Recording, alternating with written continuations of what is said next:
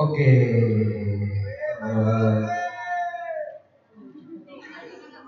Oke, next lagu. Mungkin di sini dari teman-teman semua ada yang lagi kangen nggak sama si Doi? Ada lagi kangen mungkin? Oke, bisa ini bersama-sama ya nanti ya. Khusus lagu ini yaitu judulnya Kangen untuk doi-doi mungkin di sana.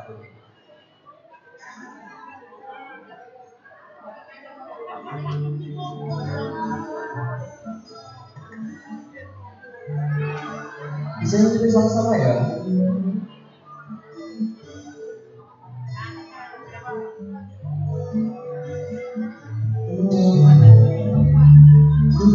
Masuk.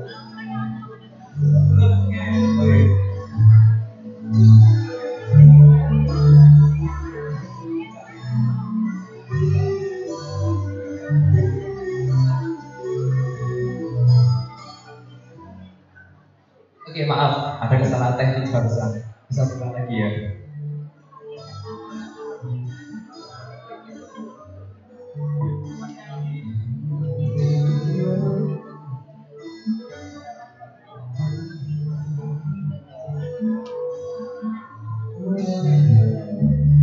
Ku termasuk baca dan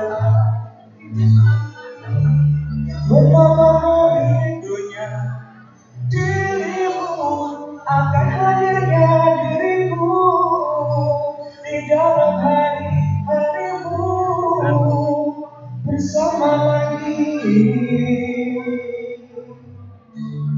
Kau bertanya padaku kapan aku akan kembali lagi.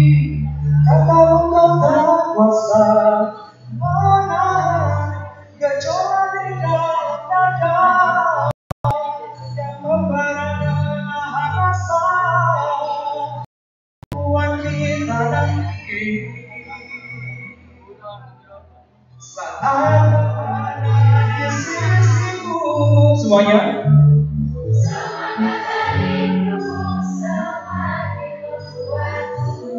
tak berdaya menahan rasa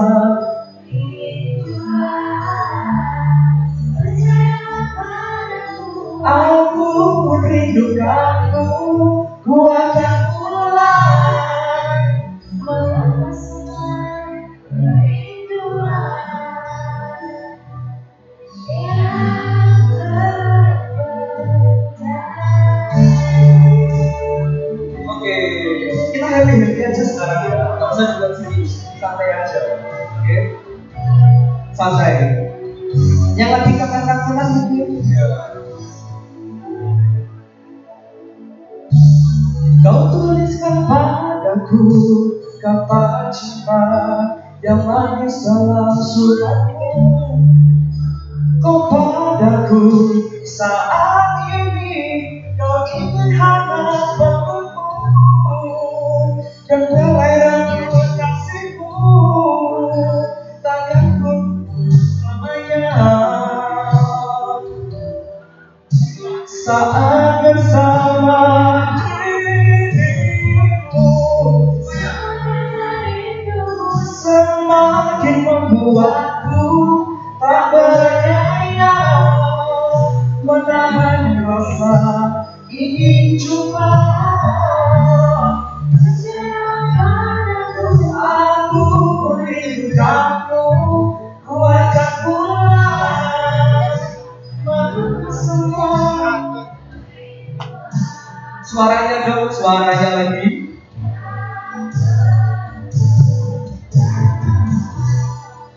Jangan katakan cinta, hanya bahasa.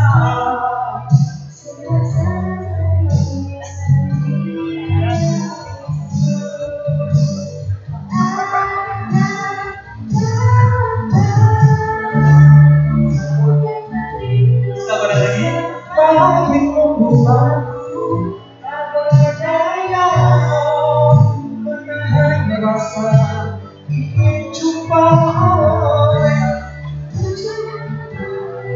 Aku merindukanmu, ku akan pulang bersama dirimu yang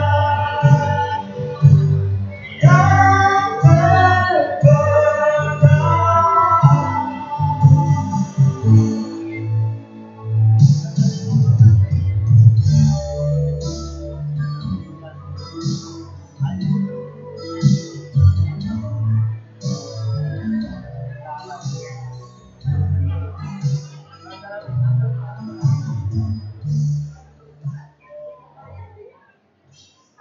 Oke, terima kasih. Next ya.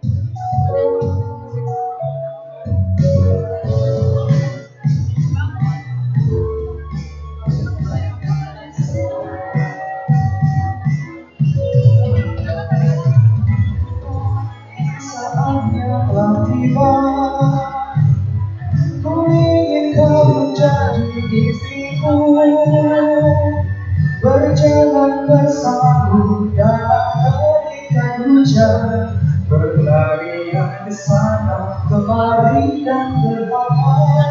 Namun bila saatnya tiba, izinkan ku menjaga dirimu. Berdua menikmati pelukan di ujung waktu, sudilah kau temani diriku.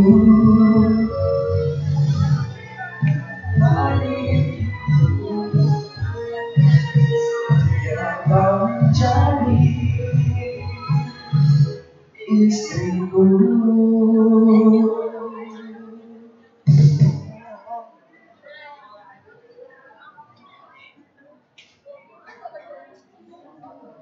Yes, sir. Ya, semakin hangat ya. Ini kalau lagu zaman now ini yang depan ngiri ya. Jadi mungkin perlu tebarkan tangan Bapak ya. Boleh Pak ya? Ya. Mungkin Bapak Ibu ada yang mau menyumbang suaranya di depan, silakan. Monggo Pak. Apa harus dijemput ini? Yuk, saya barengin boleh?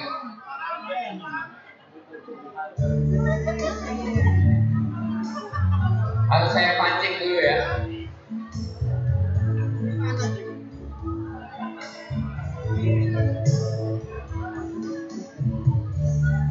Dalam lama kau tinggalkan.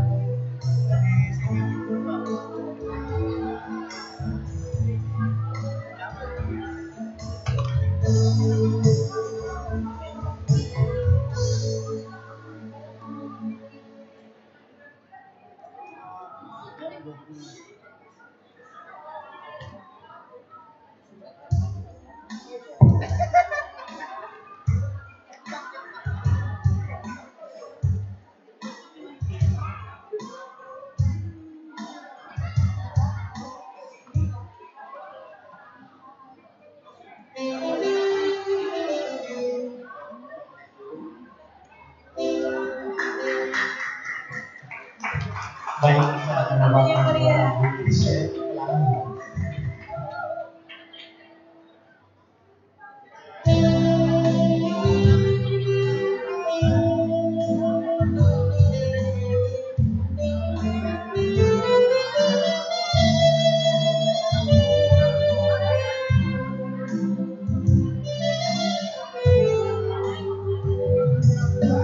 Bagaikan langit berpelangi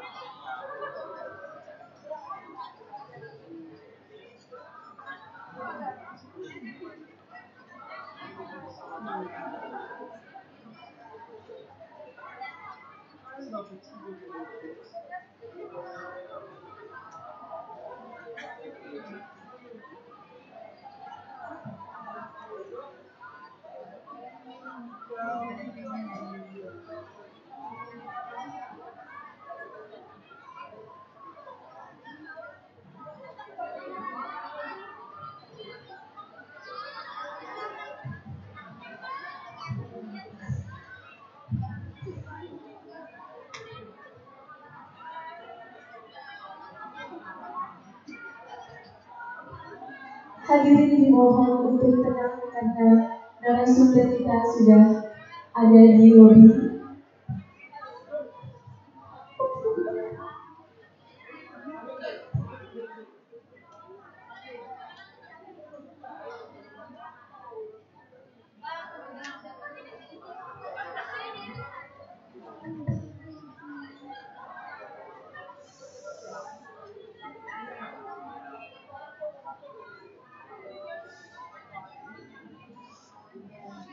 Hadirin dimohon untuk berdiri.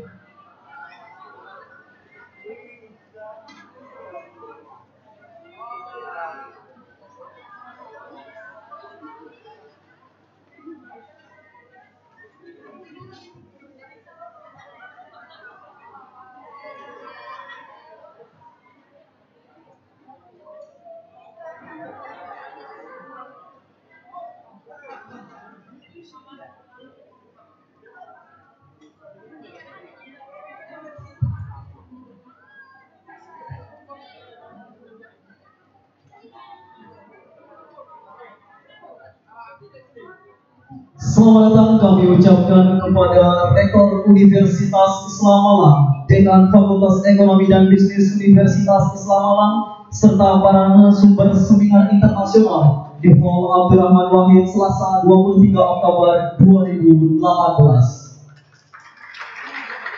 Kami persilakan untuk menempati tempat yang telah disediakan.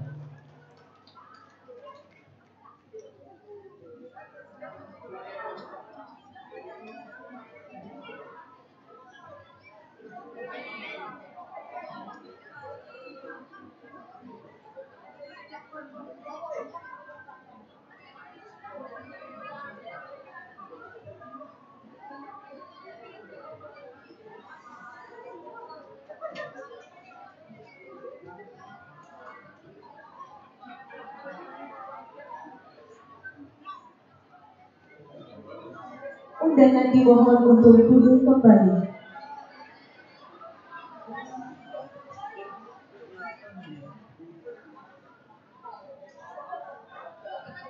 Menyanyikan lagu kebangsaan Indonesia Raya dilanjutkan dengan Syubhanul Waton, diikuti oleh seluruh hadirin. Hadirin dimohon untuk berdiri.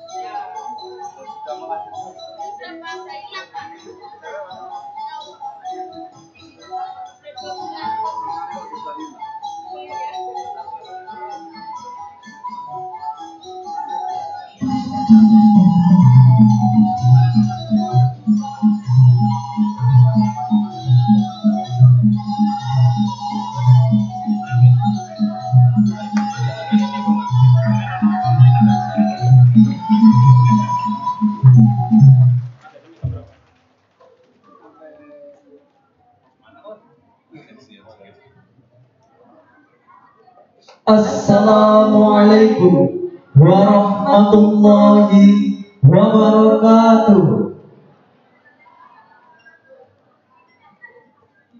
Alhamdulillahirabbil alamin. Wassalatu wassalamu ala asrafil anbiya'i wal mursalin wa ala alihi washabbihi ajma'in. Amma ba'du. Yang terhormat Rektor Universitas Islam Malang, Bapak Profesor Dr. Haji Masyhuri MSI. Yang kami hormati Dekan Fakultas Ekonomi dan Bisnis Universitas Islam Malang, Ibu Nurdiana SE.MSI. Yang kami hormati Ibu Dr. Puji Handayani SE.MSc CPA selaku Ketua Ikatan Akuntan Indonesia Komisariat Daerah Malang Raya. Yang kami hormati Ketua IAI Wilayah Jawa Timur, Bapak Profesor Basuki, MCom Ph.D, Accountant CA. Yang kami hormati Bapak Maxwell Briggs Ph.D. Yang kami hormati Ibu Mahirah bin Kamaludin Ph.D.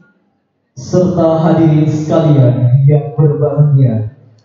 Puji syukur marilah senantiasa kita panjatkan kehadiran Allah Subhanahu wa Ta'ala atas segala nikmat yang telah dilimpahkan kepada kita sekalian, sehingga kita dapat hadir di tempat yang insya Allah berbahagia ini.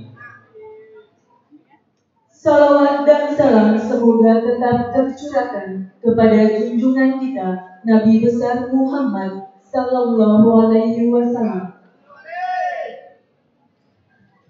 Ibu bapak yang kami hormati, sebelum acara ini dimulai, marilah kita membaca Ummul Quran dengan harapan semoga acara ini dapat berjalan dengan lancar. Al-Fatihah.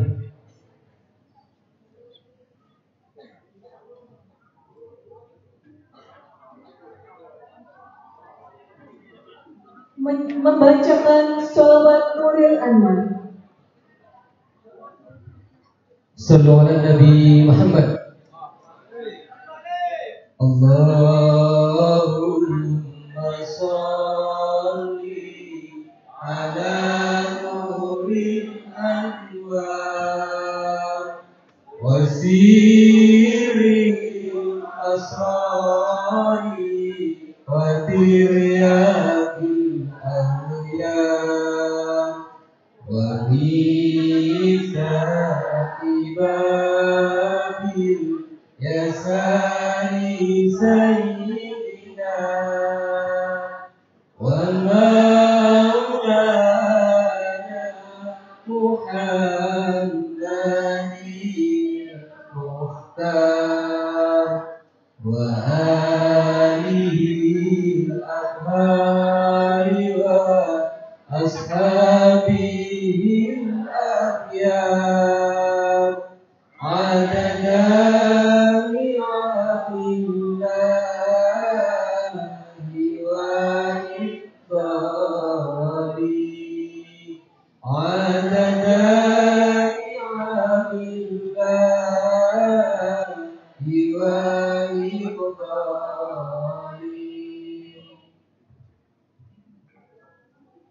Disampaikan terima kasih. Hadirin yang kami hormati, acara selanjutnya adalah sambutan-sambutan. Sambutan yang pertama akan disampaikan oleh Dekan Fakultas Ekonomi dan Bisnis kepada Ibu Nurdiana SEMSI. Disilakan.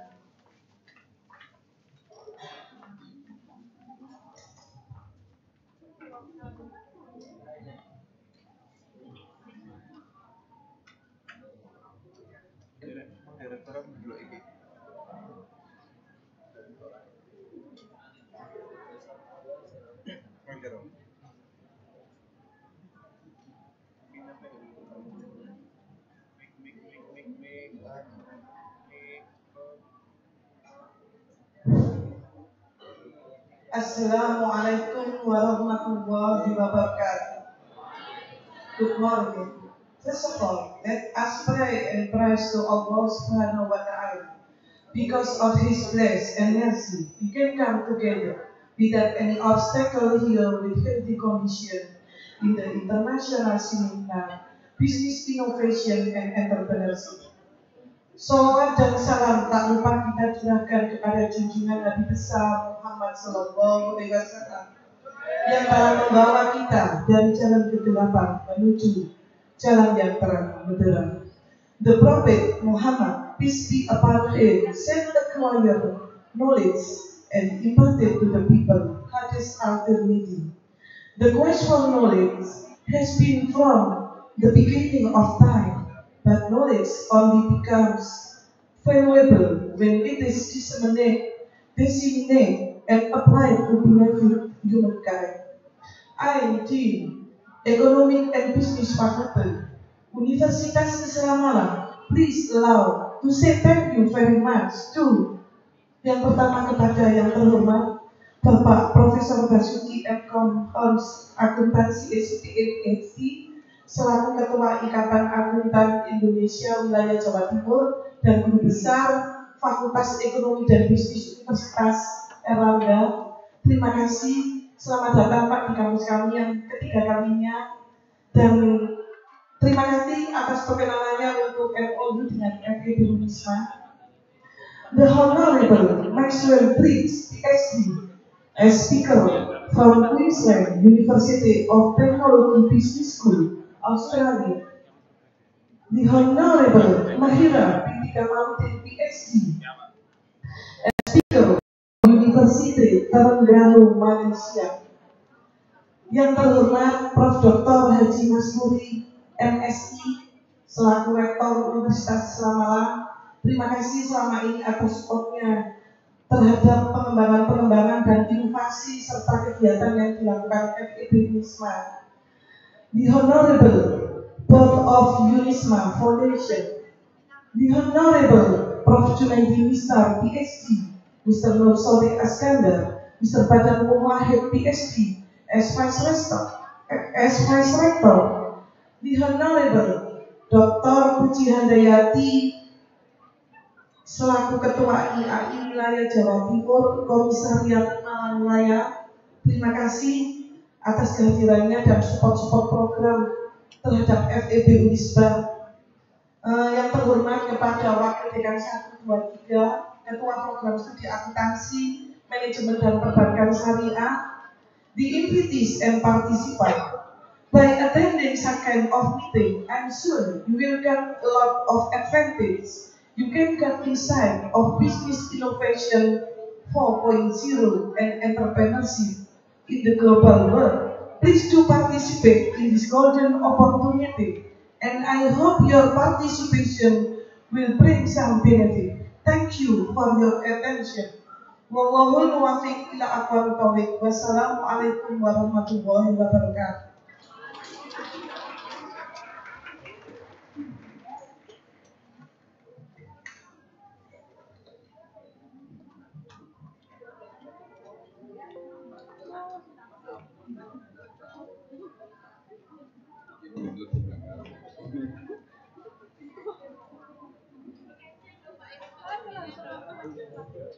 Sambutan selanjutnya oleh Ketua Ikatan Akuntan Indonesia Wilayah Jawa Timur kepada Bapak Profesor Basuki M.Com, Ph.D. Akuntansi CIA, dipersilakan.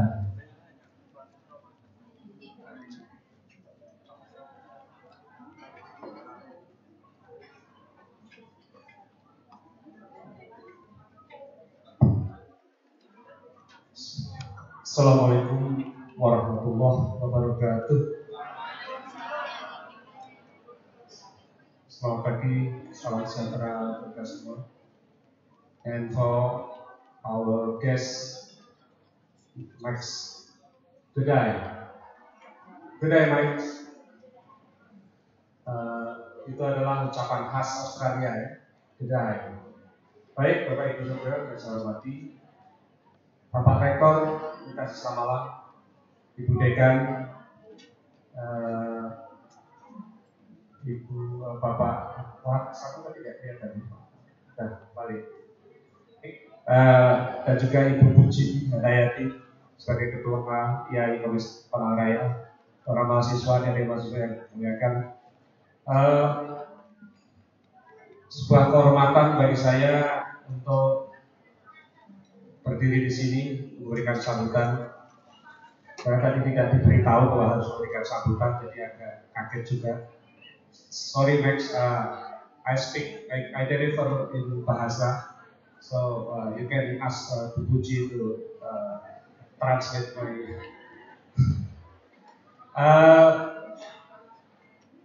Tadi sudah disebutkan oleh Bu Dekan bahwa ini adalah ketiga kalinya saya mengunjungi Indonesia dalam rangka kerjasama atau MOU antara IAI Wilayah Jawa Timur dengan Indonesia.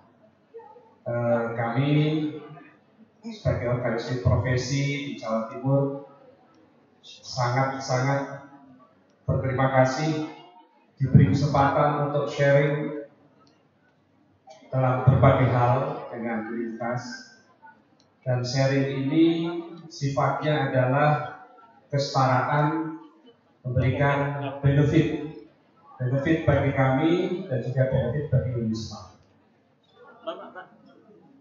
Bagi IAI, sharing ini adalah termasuk ikut memberikan masukan tentang misalnya kurikulum akuntansi, juga sharing tentang beberapa hal yang sering jadi common issue. Jadi current issue sekarang di akuntansi itu apa? Berapa sharing kami dengan universitas yang lain juga begitu. Sehingga dengan kesempatan perpanjangan MOU ini, saya kira kita bisa melangkah ke depan jadi lebih baik. Saya sebagai Ketua IAI Wilayah Jawa Timur sangat berharap bahwa MOU tidak berhenti di kertas saja, tidak berhenti di signing the papers, but kita harus langsung di follow up dengan kegiatan dan aktivitas yang akan bermanfaat bagi kedua pihak. Itu adalah mimpi-mimpi kami yang selalu kami usahakan untuk diwujudkan, bahwa MOU itu kerjasama adalah demi kemaslahatan, demi kebaikan, demi kemajuan ilmu kita. Dan ini adalah sudah berapa tahun ya, Bu? 2 tahun. Dan ini adalah perpanjangan yang pertama. Jadi mudah-mudahan nanti dengan perpanjangan MOU ini antara IAI dengan Unisma akan jadi semakin lebih baik lagi ke depan. Dan untuk itu kepada Ibu Dekan jangan segan-segan untuk kontak langsung kepada kami atau kepada orang yang ada di sini, yaitu Bu Puji. Nanti Bu Puji akan menyampaikannya kepada saya. Saya kira itu yang bisa saya sampaikan. Mohon maaf bila dalam kesempatan ini ada tutur kata yang kurang mengenakan. Mohon dimaafkan. Bila taufiq wal hidayah. Assalamualaikum warahmatullahi wabarakatuh.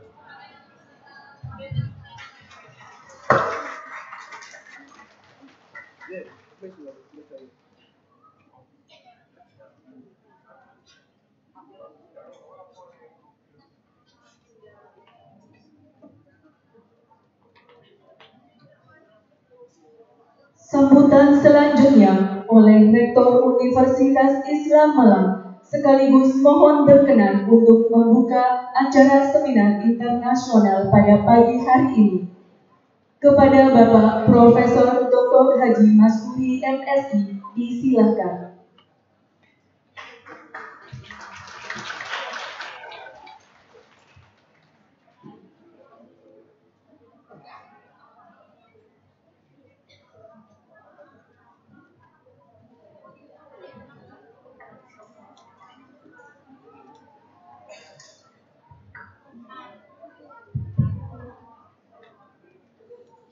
Assalamualaikum warahmatullahi wabarakatuh.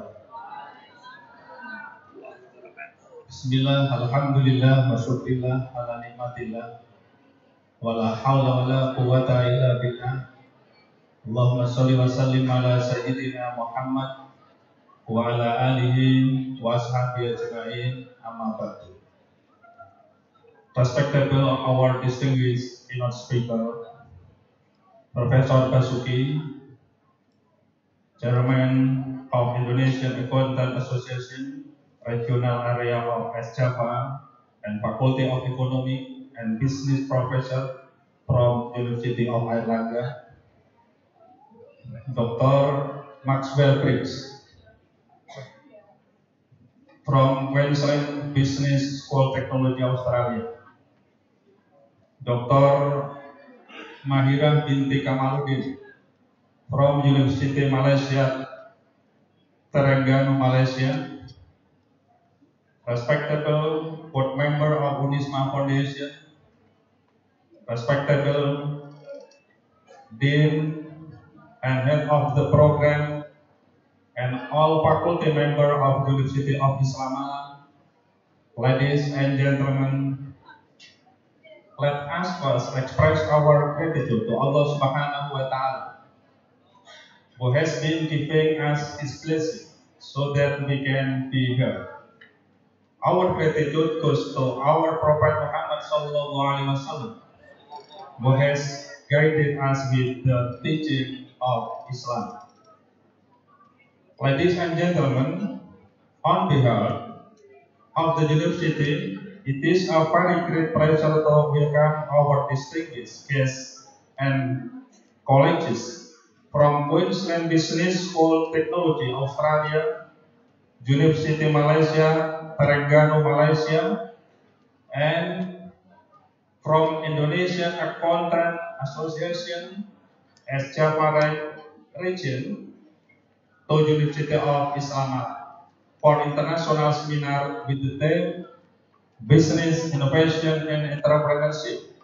Hopefully, our attendance can increase our motivation in improving the development of Indonesian economy. Secondly, we express our appreciation to the Faculty of Economy and Business of the University of Islam Malang that has prepared and organized this international seminar with our national and overseas partners. I hope all of us can take benefit from this event. Third, the theme of this international seminar is very interesting and important as a research-based institution that has Faculty of Economic and Business, University of Islam Malang is very fortunate to have Prof. Basuki, Dr. Maxwell, and Dr. Mahirah as the keynote speakers. We expect that this international seminar can facilitate sharing of ideas, best practices, and insightful information about improving Indonesian economic growth, business innovation, and entrepreneurship. Ladies and gentlemen, again, on behalf of University of Islam Malang, I would like to deliver my appreciation to Queensland Business School Technology Australia, University Malaysia, Terengganu, and Indonesian Accountant Association for this collaboration. It is my hope that we can work together more closely in the year ahead.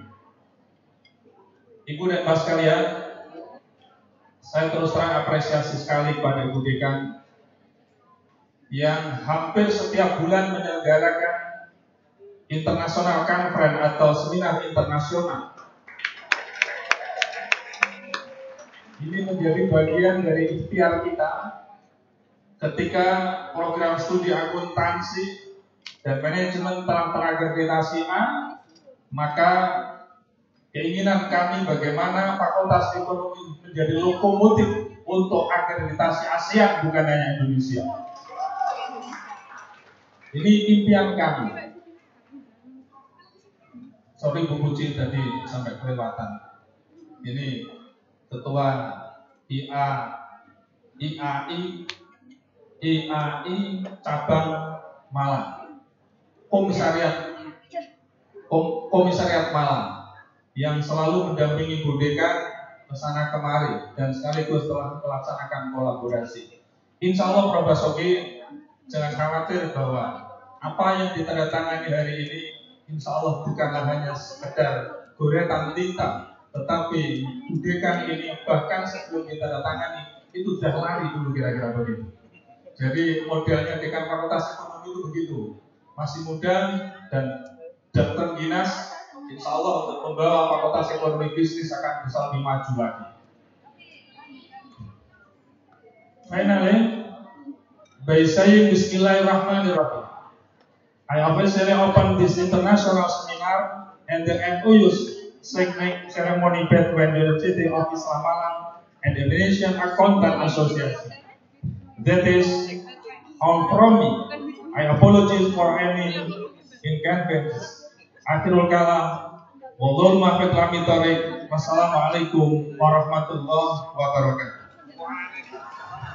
Dilanjutkan dengan penandatanganan MOU dan MOA Fakultas Ekonomi dan Bisnis Universitas Islam Malang dengan Ikatan Akuntan Indonesia Wilayah Jawa Timur. Untuk itu kami persilakan kepada Bapak Rektor, Ibu Dekan dan Ketua Ikatan Akuntan Indonesia Wilayah Jawa Timur untuk menempati tempat yang telah disediakan.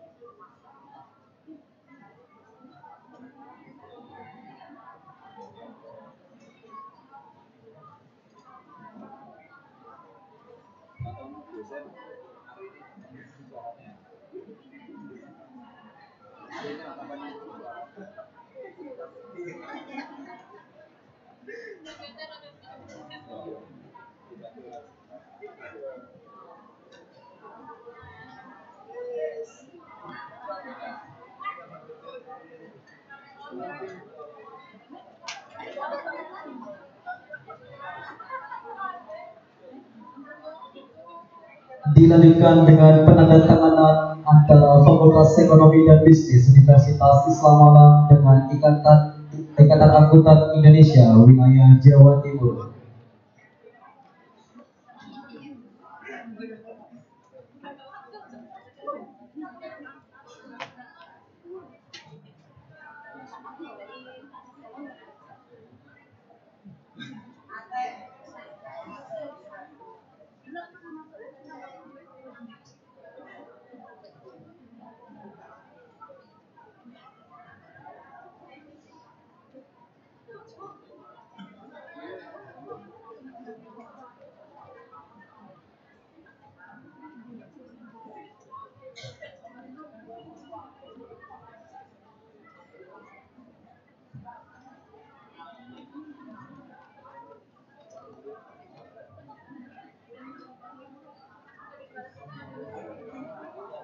Dilanjutkan dengan penyerahan cendramata kepada para narasumber.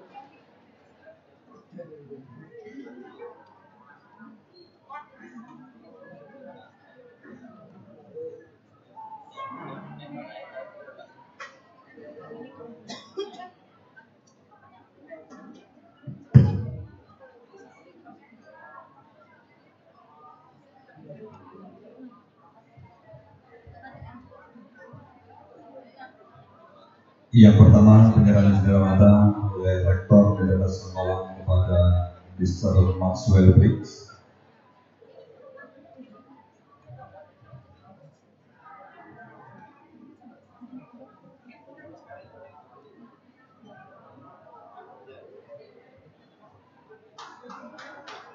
Ya. Kemudian yang kedua, kami persilakan kepada Ibu Dekan untuk menyerahkan kepada Ibu Dr. Mahirah binti Kamaludin dan juga kepada Bapak Profesor Basuki MKom.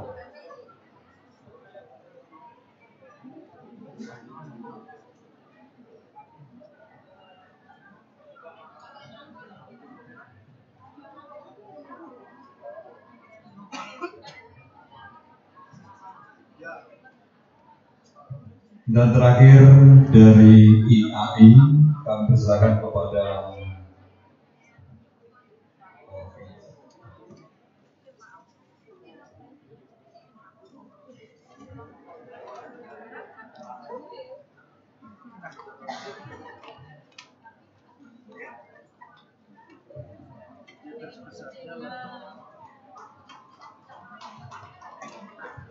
dan cendramata yang terakhir nanti kami mohon dengan Bapak Profesor Basuki.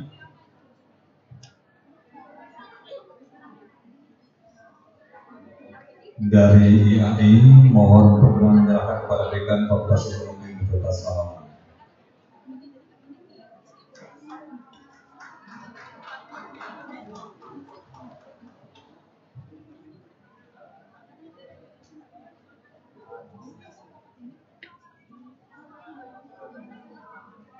Ya, untuk bingkisannya sekalian kami mohon berkenan Ibu Dekan dan juga Pak Rektor untuk kita menyerahkan.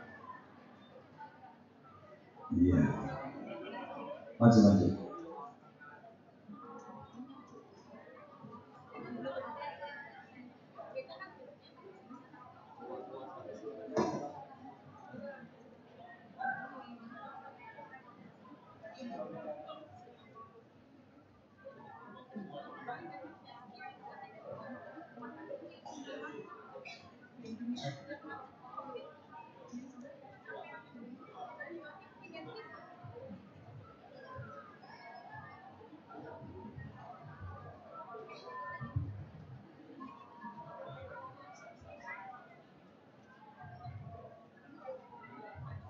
dilanjutkan dengan foto bersama. Monggo Bapak Ibu.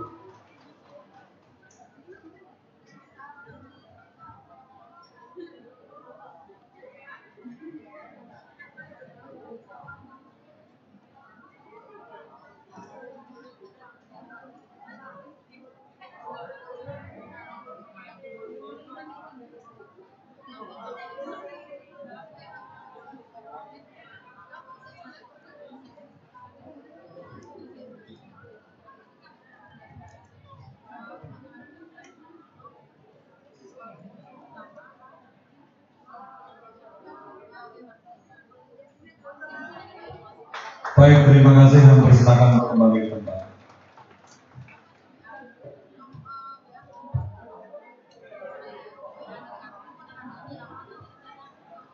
Kami mohon kepada seluruh hadirin peserta seminar internasional untuk berdiri karena kita akan berfoto bersama. Sekali lagi kami mohon untuk seluruh peserta untuk berdiri sebentar.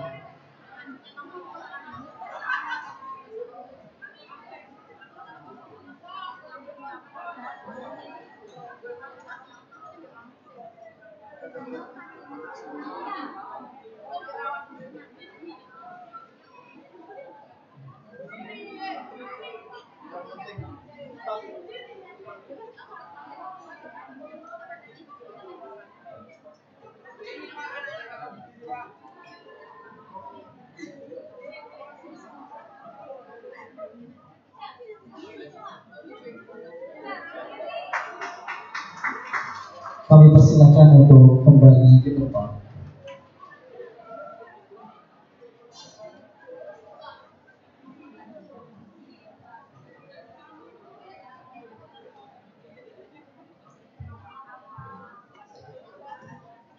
Hadirin yang kami hormati, demikian tadi rangkaian acara opening ceremony seminar internasional yang diselenggarakan oleh Fakultas Ekonomi dan Bisnis Universitas Islam Malang.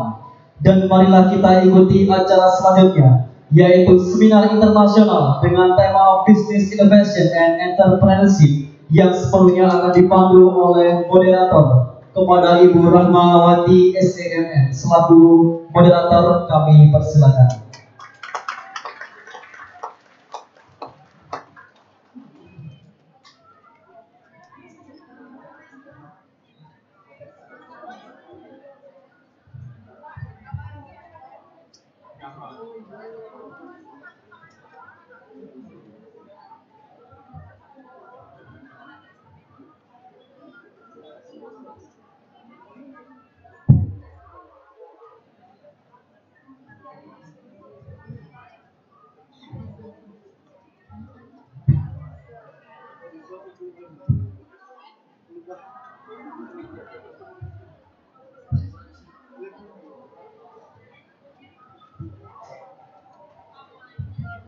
Assalamualaikum warahmatullahi wabarakatuh.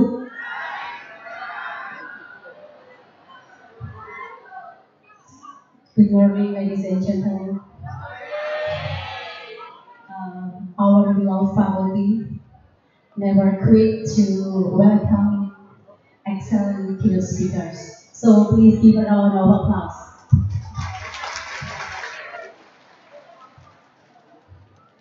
Today we have three keynote speakers who each have expert in different fields. The topic of today's seminar is business innovation and entrepreneurship. But the seminar focus on small and medium enterprises, or we call SMA, or in Indonesia we call UKM, unit kecil untuk usaha. Jadi untuk topik seminar hari ini adalah sangat menarik sekali. Yang pertama tentang bagaimana menghadapi facing the problems atau menghadapi tantangan bisnis di era digital, di era industrial revolution 4.0. Okay, please welcome Your Excellency Dr. Mahirah binti Kamaludin from Universiti Malaysia, Terengganu, Malaysia. And then the second one is Professor Basuki M.Com, Ph.D. from University of Malang, Surabaya, Indonesia.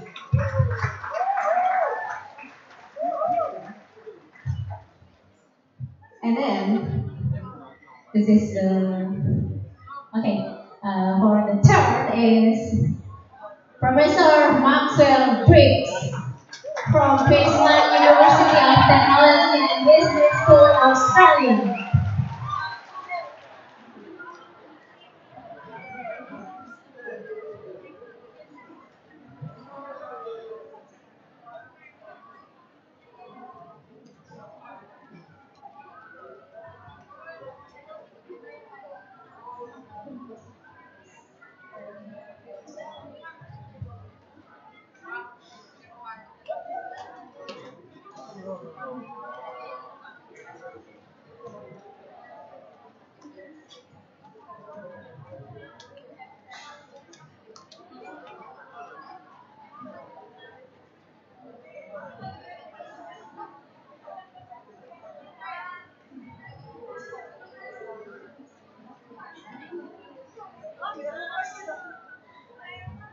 Okay, for the honors will be presented by Dr. Mahirah binti Kamaludin. The topic is Opportunity, Technology, and Business Innovation in 4.0.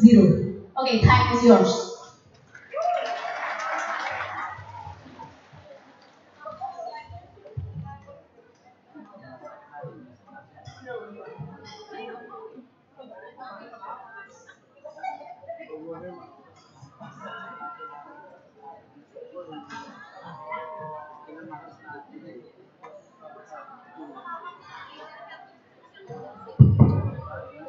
Assalamualaikum warahmatullahi wabarakatuh.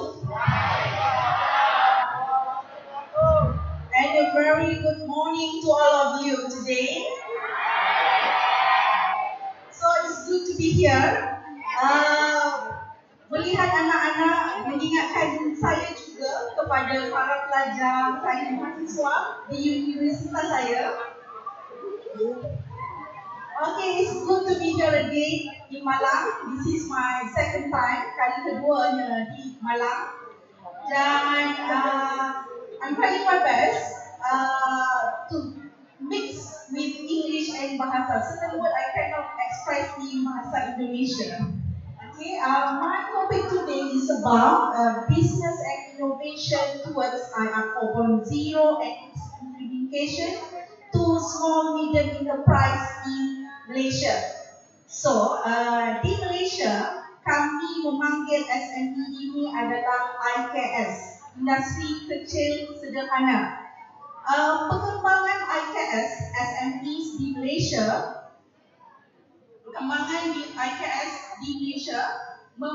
dikatakan sebagai tunjang utama kepada perkembangan ekonomi.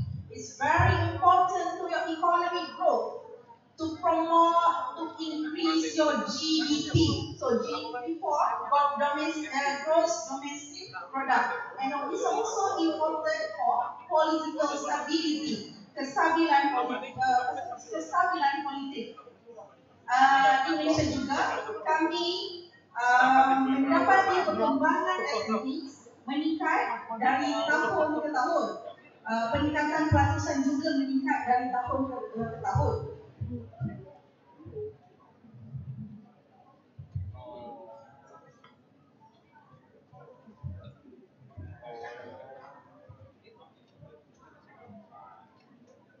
So, this is the example. The Malaysia GDP growth expected to improve in 2017, supported by domestic demand and its challenging economic situation. So, as you can see here, this is from Singapore, Asian Plus 5, China, European Union, US, and Japan.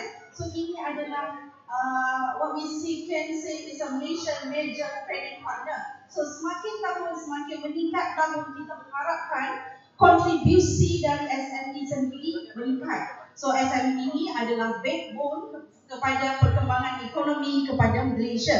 So jika anak-anak melihat di sini dari tahun 2016 berkembang hingga ke tahun 2018. So ini adalah data yang terbaru yang saya perolehi dari Department of Statistics in Malaysia. So data yang terbaru, jika anak-anak lihat di sini, SMEs GDP di Malaysia menyumbang sebanyak 7.2% pada tahun 2017 dan pada tahun lepas adalah 5.9%. Peningkatan juga adalah sangat ketat. Okay.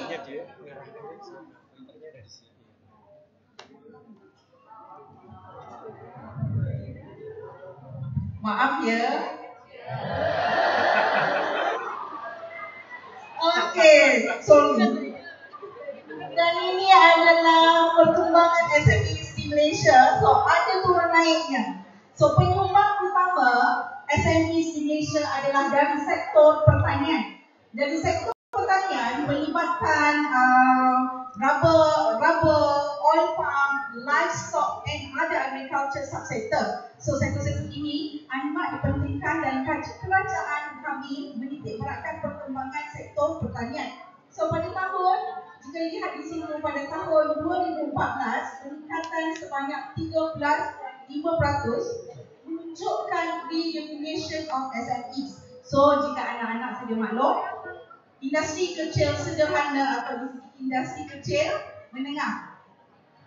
Okay, ada terkandung, ada small enterprise, we have medium enterprise. So how to differentiate between small enterprise and medium enterprise? So we have different sales turnover and numbers of employees. So the redefinition increase the percentage of SME growth.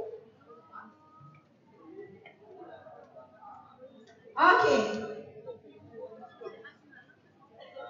So, ini menunjukkan agensi-agensi yang terlibat di Malaysia. So, agensi ini adalah Small Medium Enterprise Corporation (SME Corp) di Malaysia. So, agensi ini sangat penting. Mengapa sangat penting?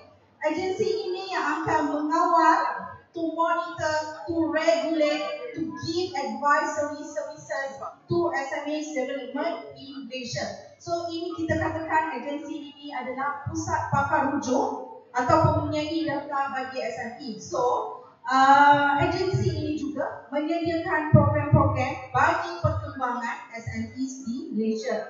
So we can see we formulate overall policies and strategies for small medium enterprise. Dan di SME Corp juga kami ada master plan. So master plan ini penting bagi mengetahui hala tuju, visi, misi agar lebih tercapai. Then we have a macro target.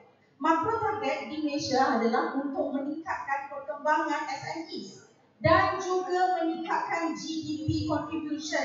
Pada tahun 2020, kami menjangkakan peningkatan adalah sebanyak 41% dan jumlah pekerjaan juga meningkat. And we cannot deny the contribution of SMEs also will increase the job opportunities among the people. So we need them, we need the SMEs so we can get more job. So harapan kerajaan adalah to reduce the job seeker, but we should increase the job provider. So through the SMEs, we can get more job provider. So I cannot control anymore.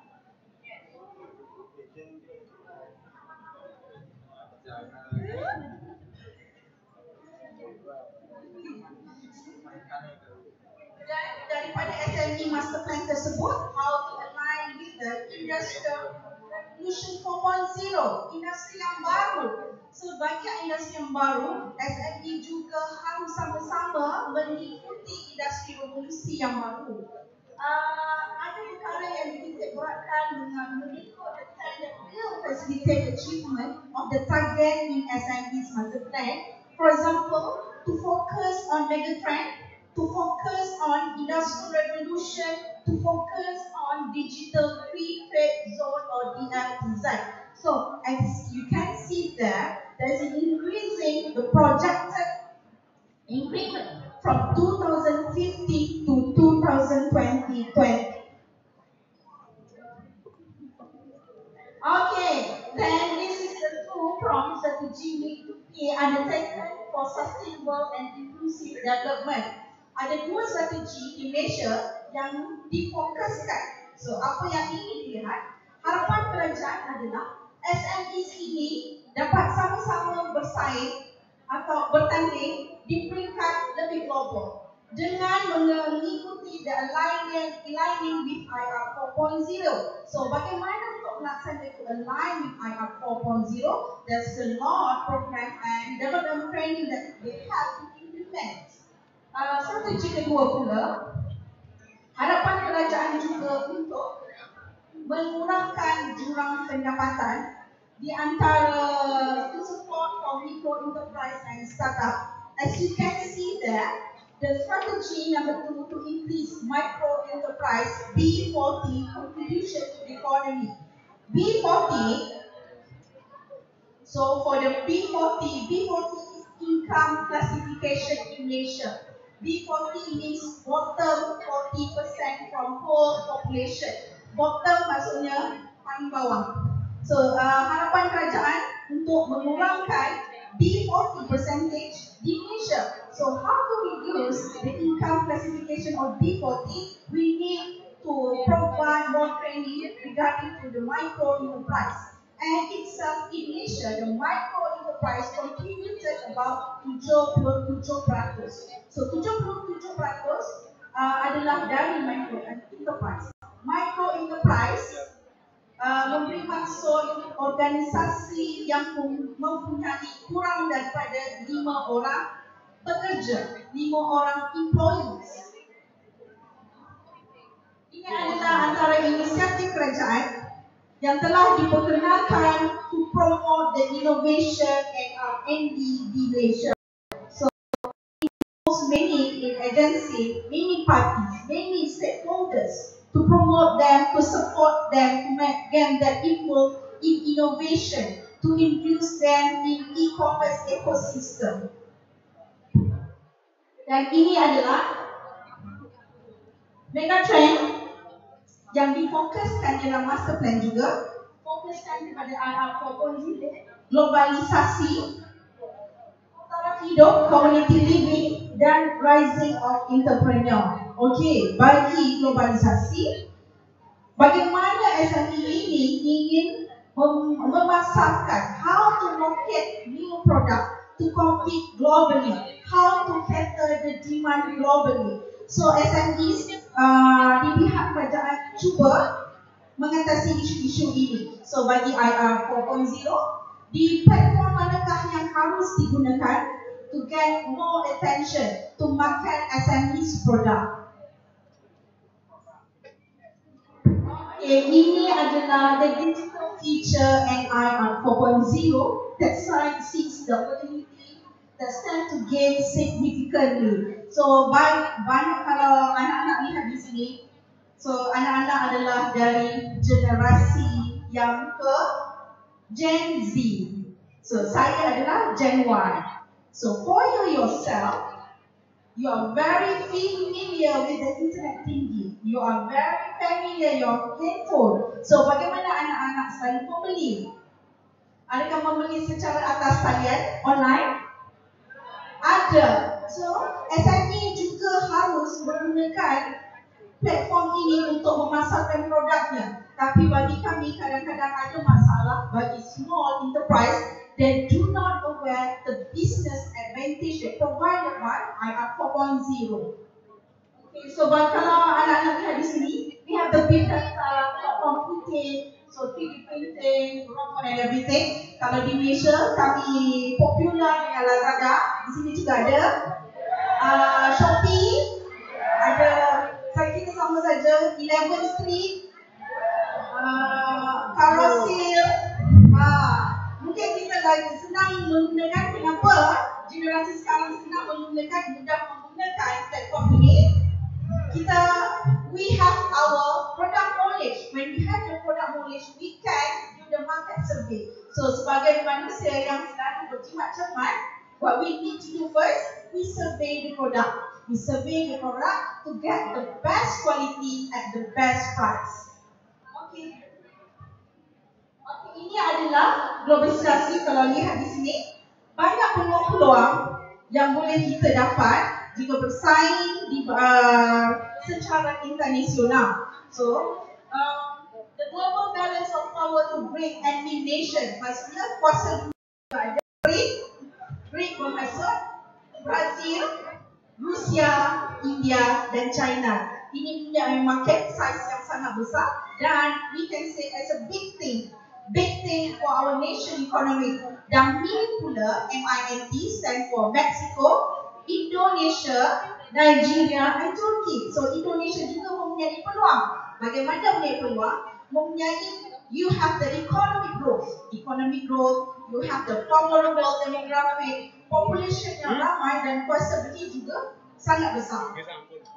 Di ASEAN juga, you can see the market size about 625% people and mostly for youth, 60% for youth. So 60% mungkin kebarangkaliannya anak-anak juga termasuk dari bilangan 60%. Sering menggunakan platform-platform ini untuk berbelanja.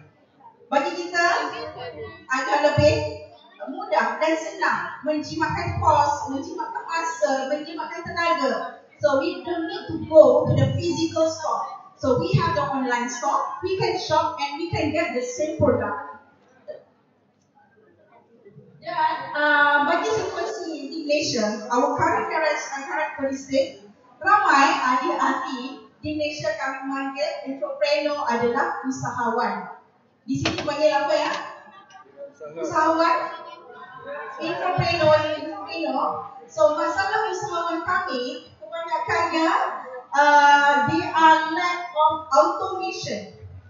They don't know how to operate the machine. Bagaimana menggunakan mesin tersebut? Bagaimana nak menggunakan teknologi? But they have their own product. Ada produknya, ada barangan yang mahu dipasarkan. And seperti statistik disebutkan, more micro enterprise in the developing world. With Malaysia, we have about 77%. 77% adalah dari micro enterprise.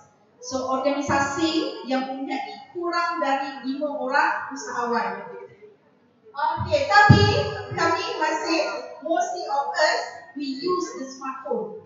We realize the emerging advantage of smartphone, but how to use the technology. Okay, kami juga ada Malaysia, kami ada program Go Global Malaysia, My Go Global. My Go Global adalah program kolaborasi inisiatif bersama Google Malaysia. So, Google Malaysia membantu SMEs, para usahawan untuk menggunakan platform yang betul, how to digitize, how to equip them with the right knowledge and tool. Menggunakan ilmu yang ada dengan barangan-barangan yang ingin dipasarkan. So you can do it adalah salah satu program dari inisiatif daripada kerajaan kami. You can do it adalah program kepada anak-anak muda selepas bergraduasi, tamat pengajian, boleh dia can join. You can do it program lebih kepada e-commerce. So they can register online. There are some modules, there are some portal, there are some courses you need to go through step by step. Ini menunjukkan rising of entrepreneur. They have innovation with a high impact. Dan seterusnya, kebanyakan para usahawan adalah dari golongan muda. Mungkin anak-anak juga minat berniaga ataupun background keluarga juga dari berniaga. So your family normally very familiar with handling the business, and we can see the face of entrepreneurship is increasingly young. So bagaimana kami harus how we need to monitor the new generation. So they need a platform to monitor them, to guide them. Dan kebanyakannya juga the face entrepreneurship is increasingly female, terutamanya para ibu di rumah juga memerlukan perniagaan. They start to operate their business. So, bagaimana untuk meminimumkan cost, how to minimize the cost. So, we suggest to use the internet. So, bagaimana daripada di rumah boleh menjana pendapatan, how to get more revenues, more connection, more market size, more collaboration, more networking. What is Industry 4.0? Apakah itu Industri 4.0? So, jika sebelum ini kita bermula dengan Industri 1.0, jika kita tengok kereta api, di sini panggil apa ya? Train with the steam train. Okay. Then we can have the mechanization power, weaving load, and slowly we move to Industrial 2.0. We have mass production. We started to use the electricity and slowly move to Industry 3.0. Industry 3.0 started about 1980s and 2010. So kebanyakannya para usahawan masih berada di takut yang lama. Or we can say that still in the previous IR 3.0, they cannot move on to move to the Industrial 4.0.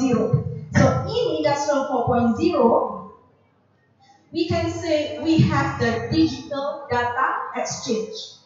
Perkongsian data, the current trend of automation and data exchange in manufacturing technology.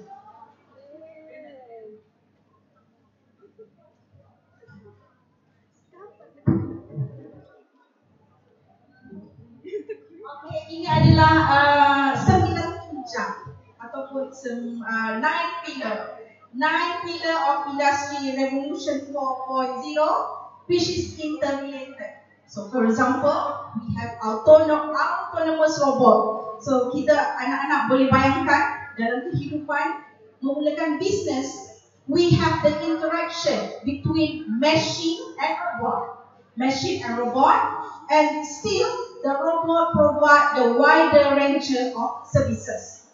Robot mampu melaksanakan pelbagai servis, tetapi masih selamat jika bekerja bersama-sama dengan manusia. So you can see the system integration, Internet of Things, cyber security in the 9 pillar. Dan ini adalah inisiatif dari pelbagai negara bagi menyokong dan mendukung perkembangan 4.0. So kalau anak-anak lihat di situ, sudah lama negara-negara di Eropah lebih maju, lebih ke depan. So in Southeast Asia, for example, Thailand, they have fund 4.0 startup to support local startup. Dan di Singapura juga ada industry transformation program. So ini adalah cabang-cabang bagi membantu para usahawan mengembangkan produknya untuk bersaing di bidang global. So ini adalah antara inisiatif yang dilaksanakan di Malaysia bagi menyokong usaha SMEs di Malaysia. Sebagai contohnya, mengurangkan cukai for tax reduction, different sector, different incentive. For example, in agriculture, we have different incentive. For tourism, different incentive, and healthcare, different incentive.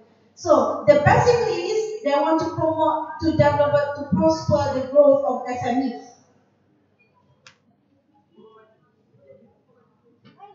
Okay, ini adalah global e-commerce sales. Kalau anda lihat di sini, anak-anak lihat peningkatan jualan makin lama makin meningkat.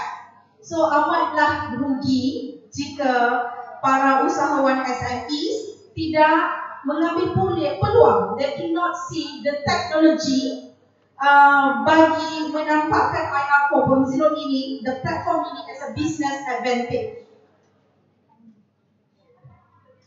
Okay, so basically Malaysia is still in third ranking behind Indonesia and Singapore in B2C e-commerce market size. So bagaimana dikira market size? Berdasarkan it's based on the population size. When we have greater population, we have greater market size. So, kalau anda lihat di sini, kelebihan Indonesia juga, you have many young generation, the market size is getting bigger. So, di Indonesia, 250 million inhabitants with a 43 million netizen or internet user. So, ini kita andaikan sebagai business advantage. So, bagaimana pula case bagi Singapore? Singapore we can consider as a developed country. So, negaranya lebih maju, lebih faham, dan sebelum ini memang mereka sudah melaksanakan teknologi di dalam sebarang operasi sebelum ini. Okey, peningkatan.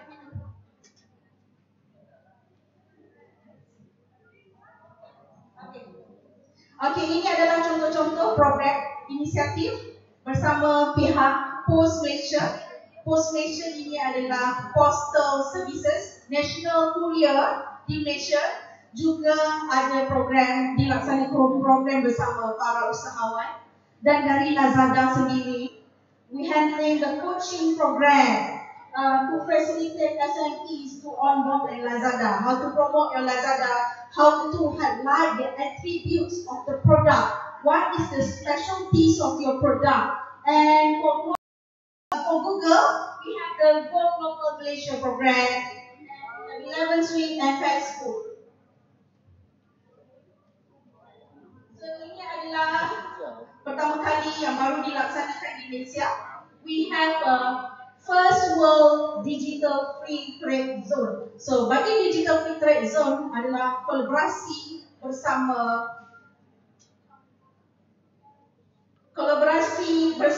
Alibaba Group, Kacau Group and Alibaba Group. Alibaba Group adalah the founder is a Jack Ma. So, what is Malaysia is been doing? They have the collaboration. Alibaba as a middleman. SMEs trying to compete globally, to market, to export product in other world. So, Alibaba Group akan cuba membantu sebarang proses dan produk yang akan dipasarkan ke dunia luar. So, dari DFTZ, we have physical zone and visual zone. Physical zone kami ada fasilitasnya sendiri. For example, in airport kami ada gudangnya untuk SMEs menyimpan barang sebelum dipasarkan ke luar negara. Ini adalah alirannya, chapter flow from SMEs. You can see there the product from SMEs. We pass to Alibaba Group. Alibaba Group go to the e-services platform, still handling by the government institution from the custom, from the Ministry of Health Malaysia and SIRIM. SIRIM is the agency who control the quality of some product. And finally, they have the linkages data across the world. Then we can see how the SME is capable to promote, to export their product daripada di ke Malaysia ke negara yang lain. So ini contohnya physical zone. Physical zone tempat yang dipilih adalah di Kuala Lumpur International Airport.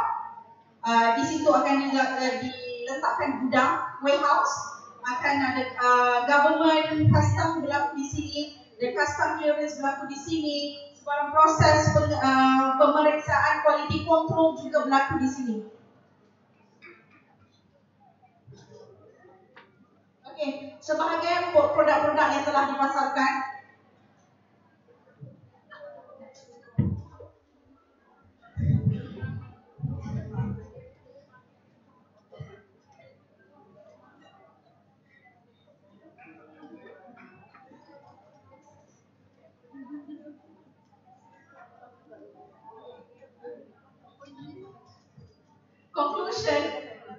Conclusion, jump to the conclusion because we lack of time. So sebetulnya, apakah kepentingan IR 4.0, industri 4.0 kepada usahawan-usahawan kita, terutama negara-negara yang sedang membangun seperti di Malaysia dan juga di Indonesia. So bagi masalah selama kajian yang dilaksanakan, tahap kesedaran masih berada di peringkat yang lama. Masih belum ada kesedaran how to educate obviously usahawan from the small industries, how to mingle around with the e-commerce. So masa it's about the companies orienting themselves to the customer through e-commerce. The productivity, in terms of productivity, juga perlu investment from into the automation, adoption of platforms such as e-commerce and digitalization of business. Normally, the challenges itself because of funding. Tidak cukup uang untuk membantu. Government juga ada menyediakan, tapi kadang-kadang tidak sampai kepada micro enterprise, terutamanya kawasan-kawasan perusahaan yang berada di pedalaman. In rural areas, they have the but where to go? Where I need to bring my product? Who is my market size? What I need to do? What about the SWOT analysis? What I should go? So itu adalah masalah, kadang-kadang masalah how we need to encounter the problem. And sometimes we lack of talent and knowledge concerning the implementation. Kadang-kadang para pekerja berkemahiran, tetapi harus we need to polish them, to guide them. Memandangkan IAI banyak menggunakan teknologi yang baru. So we need to educate people for accepting machines. Bahasa Indonesia dan bahasa Jawa. Bisa oke? Saya agak bayangin yang di belakang sana dengerin bahasa Inggris mudeng apa enggak ya. Jadi akan saya combine between English because we have to respect our guest, Prof. Briggs, Dr. Mahirah. Bagi Pak Briggs, inevitable. You have no choice. You have to still English. Okay. Baik, saudara sekalian. Jadi tadi Dr. Mahirah sudah memberikan ada statement, ada satu slide yang menarik tadi tentang revolusi industri, industrial revolution. Mulai dari 1.0 sampai dengan 4.0, betul ya? Nah, rupanya revolusi industri 4.0 itu kemudian dilatai. Orang semua jadi latah sekarang. Ada logistik 4.0, ada supply chain management 4.0, gitu ya, semuanya 4.0. Nanti juga ada mahasiswa 4.0, gitu ya. Oke, jadi kita mulai ya dari supply chain management. Oh, sorry. I can use this one. Okay, then, thank you. By definition first. Okay. Supply chain management is a multidisciplinary program designed to help you. Mestinya ada koma di sini ya. Mestinya ada koma. Komanya hilang, nggak tahu kemana. Create and implement innovative strategies that can help your organization serve customer effectively and efficiently. Ini per definisi ya. Jadi supply management ini masih 1.0, belum 4.0, sudah bicara begini. To serve organization, to serve customer se-efektif mungkin, se-efisien mungkin. Apalagi sekarang. Nah, 4.0 is much more effective, more efficient. Okay. And then supply chain activities, bagi yang sudah ikut kuliah akuntansi manajemen, kemudian kuliah apa lagi ya, manajemen operasi, pasti pernah mendengar tentang supply chain. Okay. Activities including product development, jadi mulai dari membuat produk, mengekspor sumber daya, kemudian mendeliver logistiknya. Okay. Tidak hanya material, tapi juga informasi. Itu yang ditangani oleh supply chain. Ya. Jadi information juga dikelola, material juga dikelola, start dari awal sampai dengan akhir. Jadi kalau kita lihat gambarnya, so you can see this diagram starting from raw material here, okay. So we can get the material from supplier. That is the diagram. Material bought from supplier goes to factory, and then we produce. After the product is completed, and then we distribute using retail or using distribution channel, and then the end user is customer. Jadi diagram inilah kalau kita bicara supply chain, maka mulai dari the very beginning, dari hulu sampai hilir, itu yang dikelola oleh perusahaan. Apalagi in the very highly competitive environment, maka producer is not only serve the customer but also supplier. Jadi dalam pandangan strategi, perusahaan itu harus membina, harus bahasa Jawanya itu ngopeni, memelihara supplier kita. Dalam situasi yang persaingan sangat ketat, maka perusahaan harus memelihara supplier. Jangan sampai supplier itu memberikan barangnya, produknya ke kompetitor. Jadi diopeni, dipelihara, dimanage. Tidak berhenti sampai supplier. Bahkan dalam jangka panjang kita bicara suppliernya supplier. Itu harus dimanage juga. Oke, di sisi kiri juga begitu, customer juga harus dipelihara, harus diopeni, harus dimanage sedemikian rupa.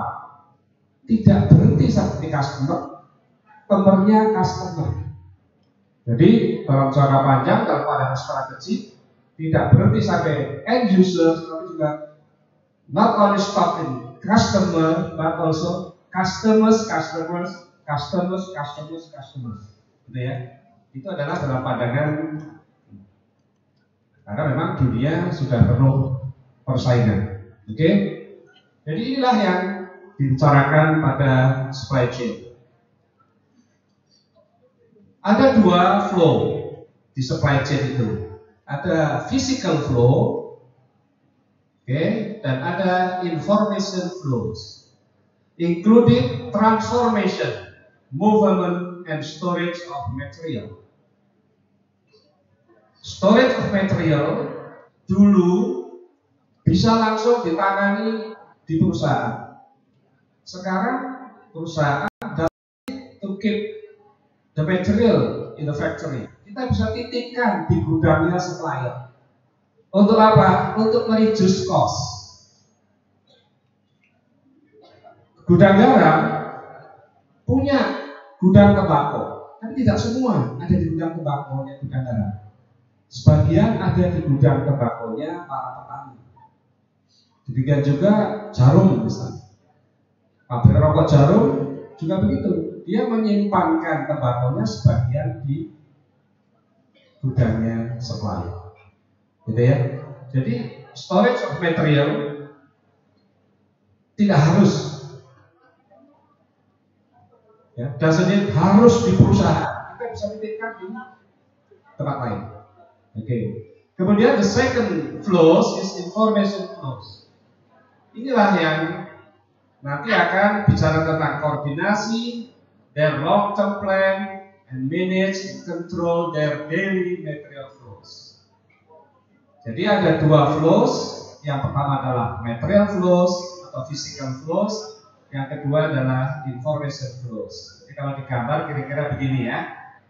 Nah ini dari kiri ke kanan, from the left to the right side, this is the material flow from raw material, supplier, manufacturer, distributor, retailer, and customer. Sementara information flow itu bisa ke kanan dan ke kiri. Ya. ke arah supplier dan ke arah consumer. Itu informasi what they need. Sehingga now in very competitive, highly competitive business, we have to know what is customer needs.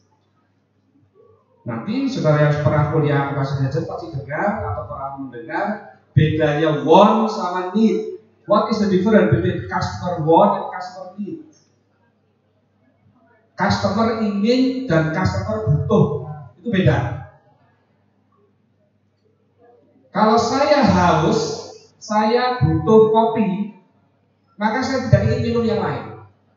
Saya maunya kopi misalnya. Tapi kalau saya haus, saya ingin minum, maka saya bisa minum kopi, bisa minum teh, bisa minum aqua, bisa minum aqua club, bisa minum aqua C, bisa minum aqua apalagi ya. Jadi needs itu yang dipegang. What is customer needs? Itu tugasnya ketika mencari ke sisi sana. What is customer needs? Jadi perusahaan have to get the information from the customer. What is your need? Kalau sudah ketahuan needs-nya, dibuatkan. Oke, dibuat dengan of course with the required quality at the same required quality at the required quantity. Biar tidak ada persediaan, harus sama. Jadi sesuai dengan kuantitas dan kualitas yang diinginkan oleh customer. Kalau itu bisa dicapai, customer akan puas. Itu adalah problem di mana? Information flow. Di sisi lain, kalau ada need customer seperti itu, apa yang harus saya cari dari customer, dari supplier? Misalnya, ada survei 2019 nanti, the tendency atau berdasarkan survei diperkirakan yang akan jadi trending topik adalah sepatu hak depan misalnya. Cari informasi, hak depan ini harus dibuat. Nah itu, what is your need? Hak depan.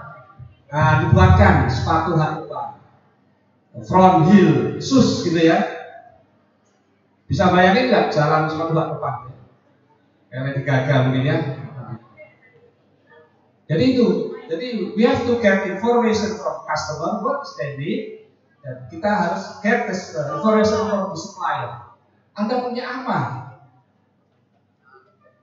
untuk memenuhi needs-nya customer tadi itu? Itu adalah informasi yang Kemudian kita bicara logistik dulu, ya, logistik 1.0. Management of material movement. Bagaimana memanage pergerakan material gitu. Ya, range from the organization, planning, and management of something complex. Logistic of setting up an event whereby many moving part and process are involved. Jadi logistik itu luas sekali cakupannya, ya.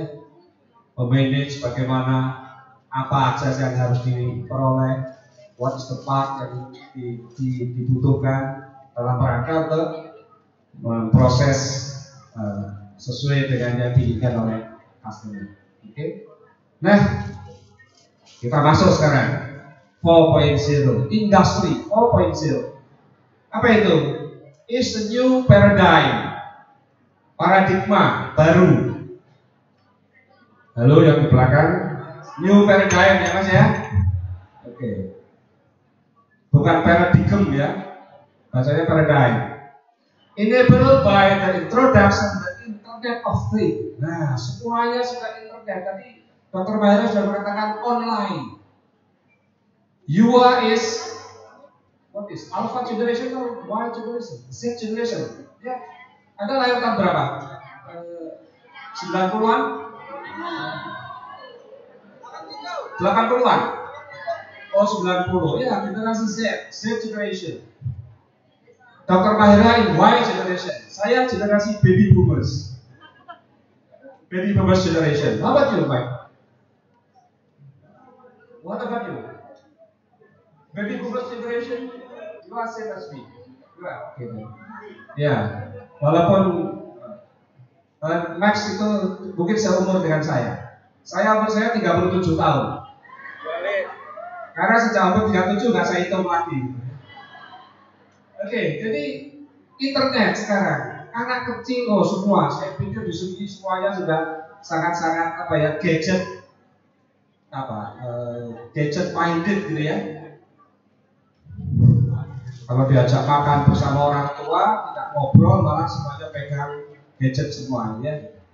Jadi sudah everything is internet.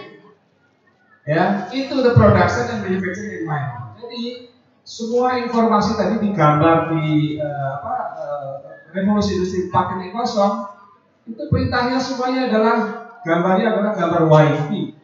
Ya, menggunakan wifi, cyber. Semuanya menggunakan cyber.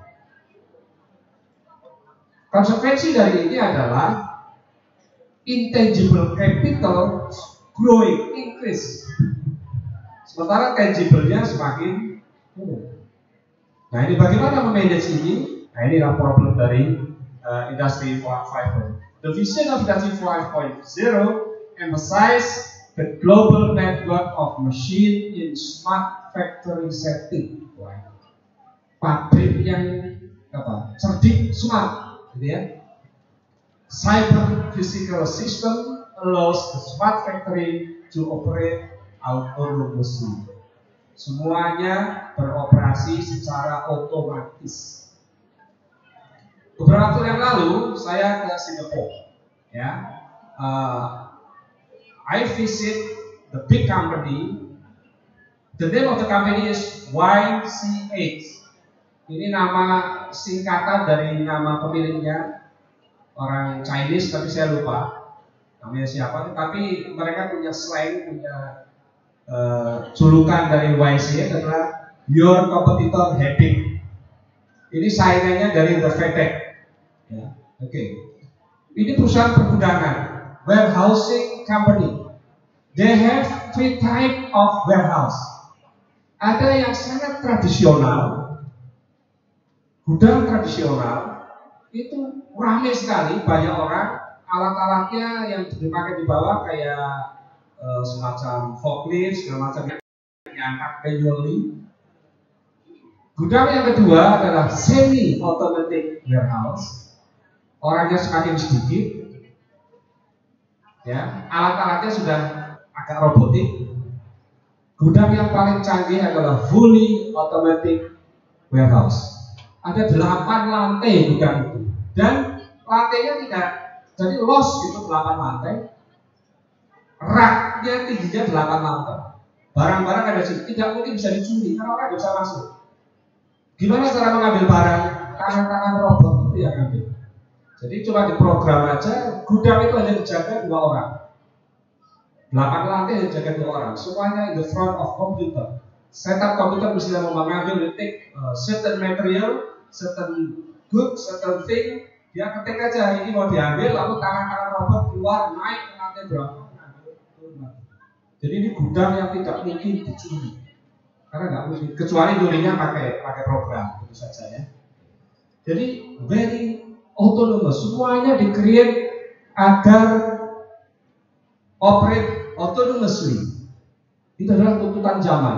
4.0 selalu bicara begitu. Next, apa itu smart factory? Kita lihat. The use of new innovative development in digital technology, including advanced robotic and artificial intelligence. Wah, ini sudah menggunakan kecerdasan buatan. Ya, robotik. Beberapa orang mengatakan bahwa in the future there is no need lecture, tidak perlu dosen, nanti yang ngajar robot, ya, mungkin kuliah jarak jauh, nggak perlu tatap muka di kampus. In the future, maybe it will happen. Walaupun saya tidak percaya bahwa robot akan bisa mengajar, mendidik, robot aja saudara. Robot nggak bisa mendidik saudara. Padahal mahasiswa itu butuh pendidikan. Oke ya. Jadi high tech sensor, cloud computing, Internet of Things, semuanya bicara tentang komputer, cyber. Itu adalah smart factory. Digital fabrication, including 3-dimension printing, mobile device, kemudian gabungkan itu semua, embedding of this element in global value chain. Jadi informasinya mungkin sudah tidak perlu lagi tatap muka, tidak perlu lagi beli tatap muka begini, semuanya ya seperti sekarang lah. Gojek, GoSend, Go apa lagi? GoFood, GoClean, GoMassage, ya pinggan aja pakai GoMassage, gitu ya. Order aja menggunakan ini supaya sudah kena. Jadi nanti Go lecturing ya cukup pakai ini aja, kita lihat di ini dosen lagi kasih kuliah gitu ya. Oke, machine will know the manufacturing process. Harus sudah di set up, the computer has been set up somehow. Kemudian machine will know the manufacturing process needed to be applied, what variation to be made, dan lain-lain. Ini era sekarang sudah mulai. Nah, saudara sebagai mahasiswa, suka tidak suka, mau tidak mau harus grab ini. This is your future. Ada ibarat matahari itu masih jam berapa ya? Jam 10, jam 11 gitu ya. Kalau saya sama Mac itu sudah mendekati maghrib kan gitu ya. Kita sudah kadang-kadang gaptek. Kadang-kadang saya juga gini juga enggak. Minta tolong anak saya, tolong diadakan Bapak. Ya bisa. Tapi ada semua saya yakin. Nah, inilah tugas mahasiswa ke depan adalah coba gali itu. This is your future. Oke, 5 minutes. Terima kasih. Sebentar Pak Bu. Oke, so Industry 4.0 and Industry 4.4 about more than just the smart factory or the implementation of technologies in factory. Logistic 4.0 and supply chain management 4.0 concern the various aspects of end-to-end logistic and supply chain in the context of industry. Jadi logistik yang tadi 1.0 sudah kadaluarsa, sudah expired, sekarang kita harus belajar yang 4.0. Okay. Apa itu? Driverless transportation. Mobil tanpa supir, ya supirnya sudah artificial intelligence. Kalau Anda pergi ke Singapura di Bandara 3 Changi, Terminal 3, semuanya sudah computerized. Kadang-kadang kita yang gaptek itu, waduh, gimana nih caranya ya? Intelligent containers, smart warehousing, tadi saya ceritakan, smart port, smart service, human information exchange. Lalu apa posisi kita sebagai manusia? Saya percepat saja, ini tadi sudah, saya percepat saja sampai ke, nah ini gambarnya, tadi ya, sama dengan tadi, cuma beberapa bentuk yang lain, supply chain management, kalau tadi supply chain saja, ini how to manage. Tugas manajemen adalah bagaimana manage. Kalau dulu tatap muka, sekarang tidak usah tatap muka. Tatap maya. Ada dunia maya, tatap maya bukan berarti mengangkat Mbak Maya, tetapi daring gitu ya, online. Nah, apa posisi manusia? Tetap Tuhan telah menciptakan manusia sebagai khalifatullah fil ardh katanya. Biar bagaimana tidak mungkin tidak ada manusia. Okay? Regardless of how autonomous the system to be, remain important human element. Jadi tetap dibutuhkan, untuk apa? Still need people to plan and take action. Karena tidak semuanya bisa diotomatisasikan. Tetap ada campur tangan manusia. Intinya manusia tadi dengan semua itu tadi satu inti adalah how to reduce cost. Karena dengan terjadi cost reduction, maka the cost will be lower and lower than competitor cost, maka Anda bisa bersaing. Ya. Terus next adalah supply chain cost. Ini penting sekali. Karena tadi itu membutuhkan cost, supply chain membutuhkan cost. Oke, so supply chain management itu bertanggung jawab, responsible to monitor cost in every link of supply chain. Jadi dengan adanya robotik, dengan adanya computerized, itu memang initial cost-nya tinggi, tapi setelah itu diterapkan, cost-nya akan cenderung semakin rendah. Oke?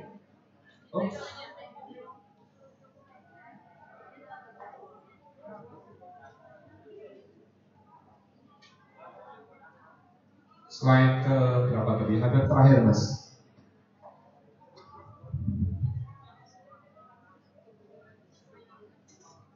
Tolong skip ke slide ke terus mungkin 3 slide terakhir. Nah ini sudah seberapa canggih pun alat masih butuh asrop, gitu ya. Ketika terjadi malfunction gitu, tetap manusia dibutuhkan.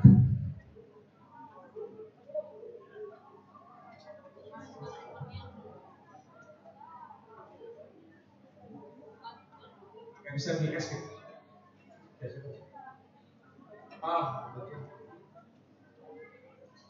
Nah ini ya, sampai di sini tadi ya, oke. Kemudian supply chain cost sudah. Kemudian terakhir, nah ini ada 7 cara to reduce supply chain cost. Waktu saya tinggal 3 menit, jadi saya akan cepat-cepat saja. So you can ask to the committee to minta copy dari file ini, mungkin gitu ya. Ada customer services, ada supply chain strategy. Jadi kita bisa reduce cost using poin 1 dengan customer service. Give customer what they really want, not just what you think they want. Jadi apa keinginan mereka? Apa kebutuhan mereka? What is your need? What is your want? Kalau itu bisa dicapai, maka kita bisa reduce cost. Straightforward application of marketing principle. Dari nomor 2, number 2, supply chain strategy. The objective should drive strategy, and strategy should drive tactic. Nah, bicara strategi, apa strategi perusahaan? Bagaimana untuk mencapai? How to get to achieve that strategy menggunakan taktik tertentu. Ya. Once you have a clear understanding of your customer need, you can move on to defining supply chain strategy. Kembali, perusahaan harus mencari what is your need. Ya. Next, sales and operating planning. Get your process right first and define your system after. Lihat dulu prosesnya gimana. Setelah itu sistemnya membutuhkan. Ya. If you haven't thought out your process properly, then even the most expensive software in the world won't save you. Kalau itu tidak tercapai, walaupun Anda pakai software paling canggih pun tidak akan bisa menyelamatkan kita. Jadi pertama tadi need-nya apa, lalu kebutuhannya apa, sistemnya kita sesuaikan dengan itu. Oke. Oops.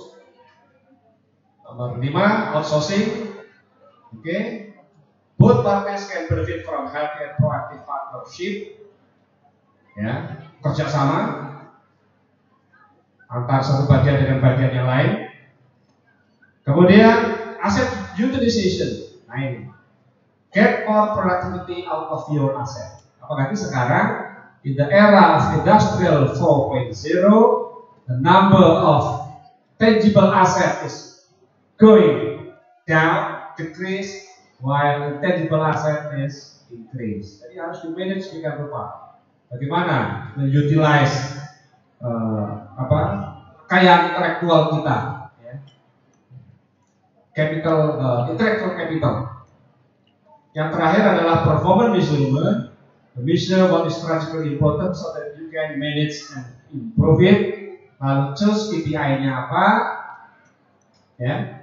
Kemudian different organization will have different KPIs, itu wajar saja.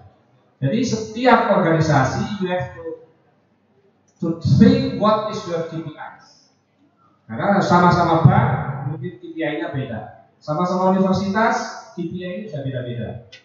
Jadi itu saya kira yang bisa saya sampaikan kepada saudara. Mudah-mudahan ini bermanfaat. Thank you for your attention. Billahi taufiq wal hidayah. Assalamualaikum warahmatullahi wabarakatuh. Thank you, Prof. Basuki, for your nice explanation. Well, we are going to the last materials will be delivered by Professor Maxwell Briggs. The topic is Innovation and Marketing in Small Medium Enterprises. Time is yours.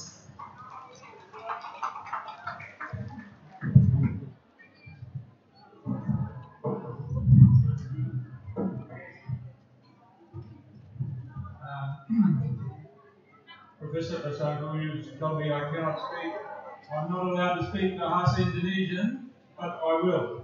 So, apa kabar?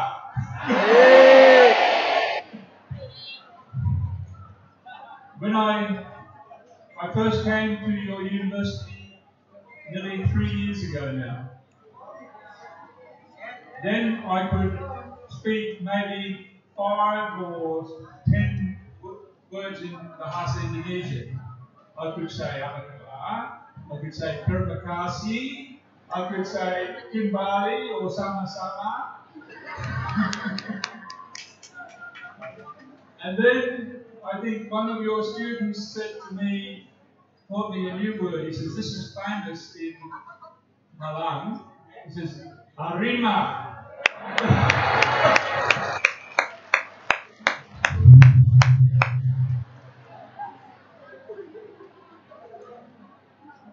And then I was eating some food and they said, do you like Indonesian food?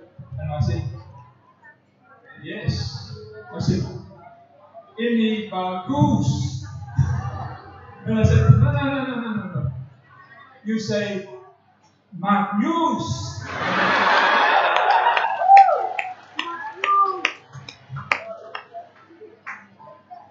So, I have learned in 3 years, now I can speak more than 1,000 words, but not very well.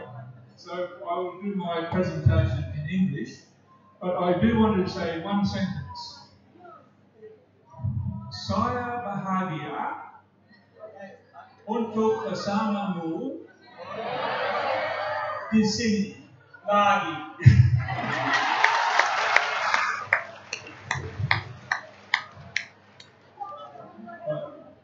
So,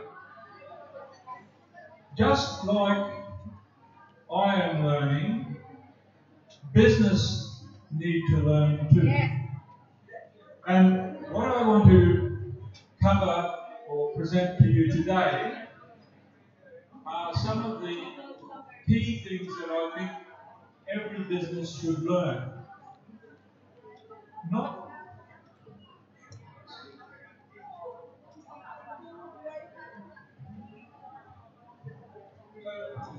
I will cover this.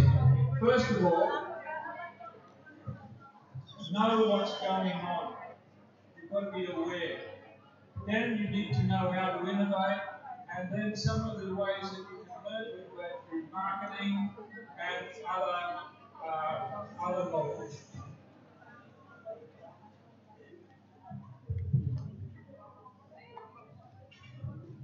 Before I talk about this,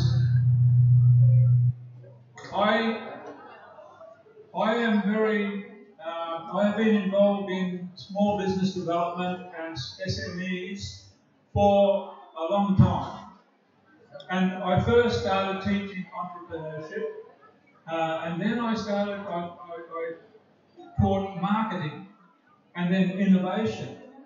And when I look back at how I taught entrepreneurship, I didn't teach them the important things, like how to identify an opportunity, or how to take their idea. Many businesses had an idea, but they did not know enough to make that idea into a successful, long business. So, what I'll do is go through very quickly some of the main points that are important. Yeah, some of the main points. Is that coming through?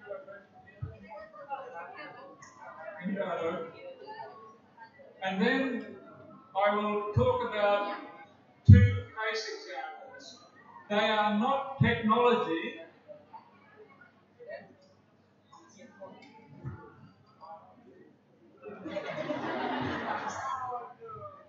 It's just when I'm talking and you go boom, boom, boom.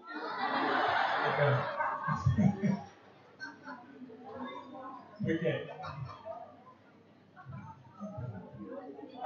Okay. At the end, I will give you two examples of how businesses have survived or have succeeded by using these ideas. So, first of all, know what is going on. We call it situation analysis.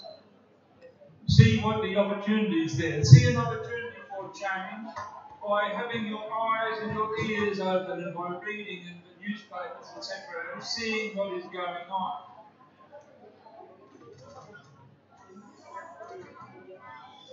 Now, there is a lot to keep your eye on. It starts from within your own company, here, inside your business environment. And already we have covered some of this. Things like inbound logistics, marketing, technology, how you're using technology, whether you have good staff, and so on. These are 9 areas of internal environment that an entrepreneur needs to manage properly. The second thing is, and our previous speaker covered the suppliers, intermediaries, how we get the goods from raw materials through to the customer, to make what we sell and then sell it to the customers. There are many helpers or intermediaries who help us do that. And then there is the external or the macro environment.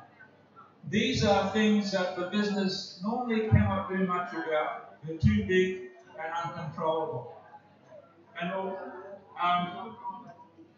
our first speaker covered many of these things here. It's not just technology.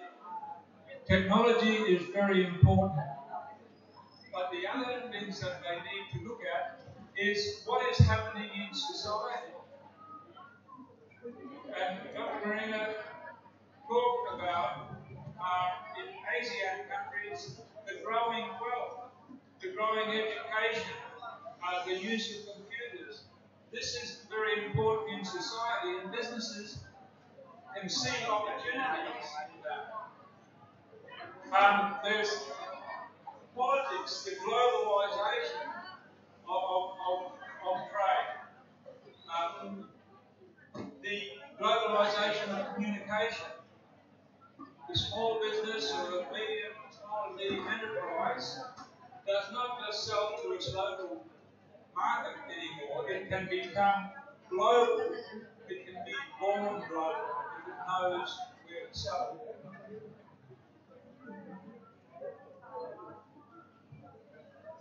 So, first of all, awareness. Know what is going on. Secondly is innovation. Many entrepreneurs start with an idea. That's not innovation. It's part of it, but there's a lot more to it. Every business, not only businesses that are into new technology, but anything from food, clothing, transport, communication, all of these things need to continually change. They They look at what's happening in the environment and they say, here is an opportunity to be different, or a necessity, low market units. So it's incremental, small, syndicate, right? Syndicate change. So my message is, it doesn't have to be big. And not every business is going to go from being a small business to a global giant. But they can survive by being innovative.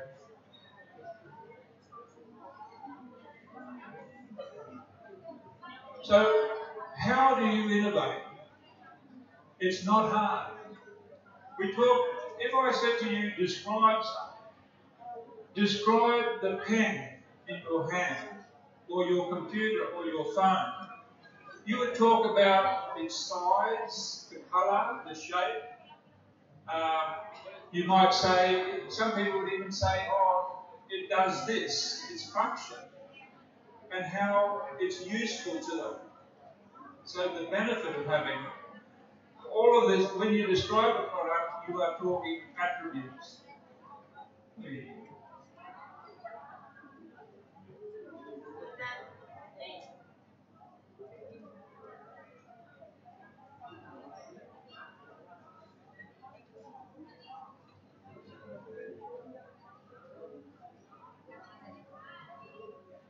Okay, so we can divide attributes into three areas: features, functions, and benefits.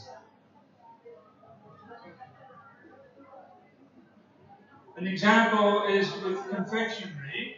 You might say there's a problem. The customers don't like the way that it takes too long for the confectionery to soften up.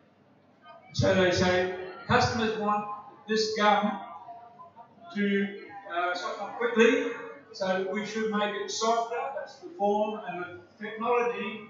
Yes, we know of a new chemical that we can put in that makes it softer faster. So you combine those three things together and you have a new product. Features, listed them there, and you will be able to access my slides, so I'm going to go through them quickly. But what we're doing here is just describing them.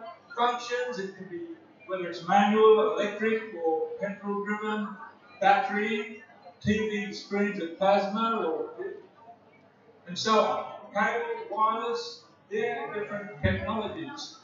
And the third area, benefits. What does it do when the customer buys this and uses the product? How does it help them? Does it save time? Does it save money? Does it save effort? And so on. And there are social gains.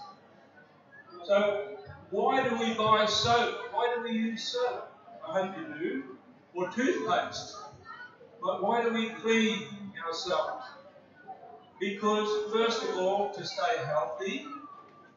But secondly, if you're not clean, you don't have any friends. Right? So they won't like you. So the second benefit of that, indirect, it helps you to make friends. Okay, we can apply this to any product. Here I've got a few examples of a flashlight. But the second thing,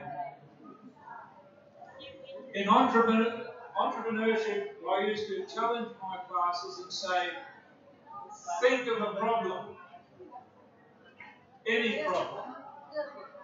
The bigger the problem, the bigger the opportunity.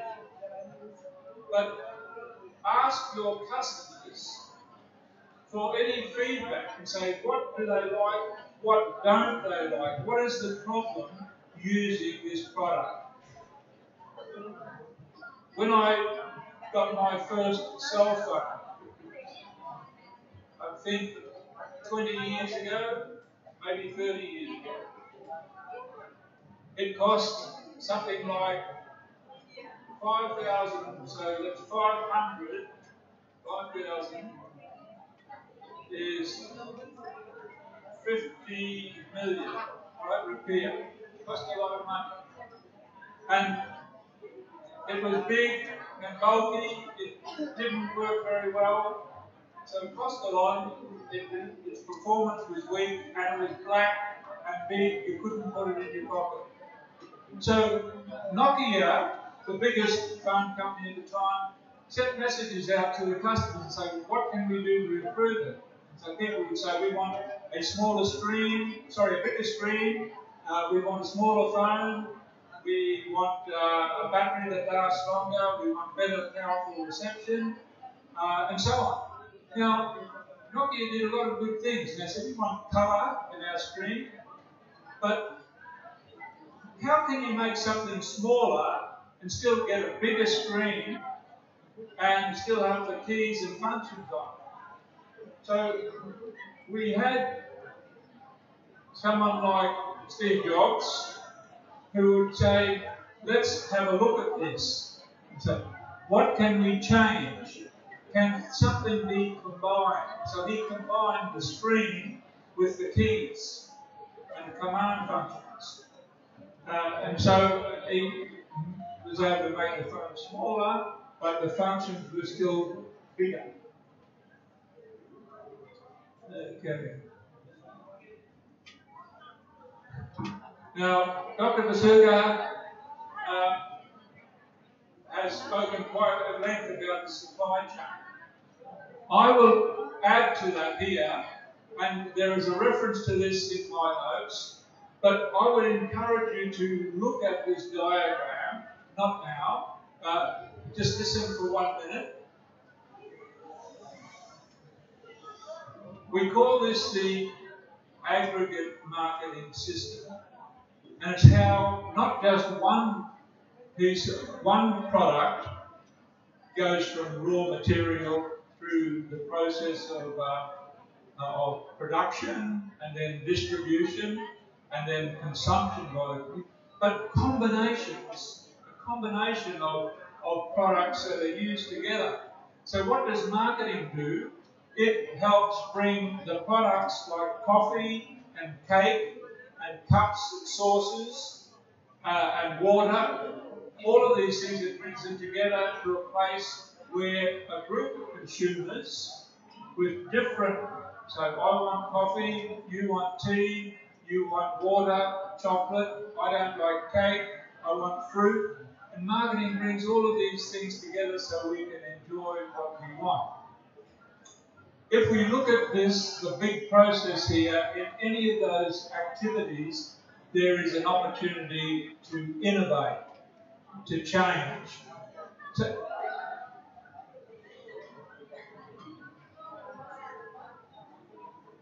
So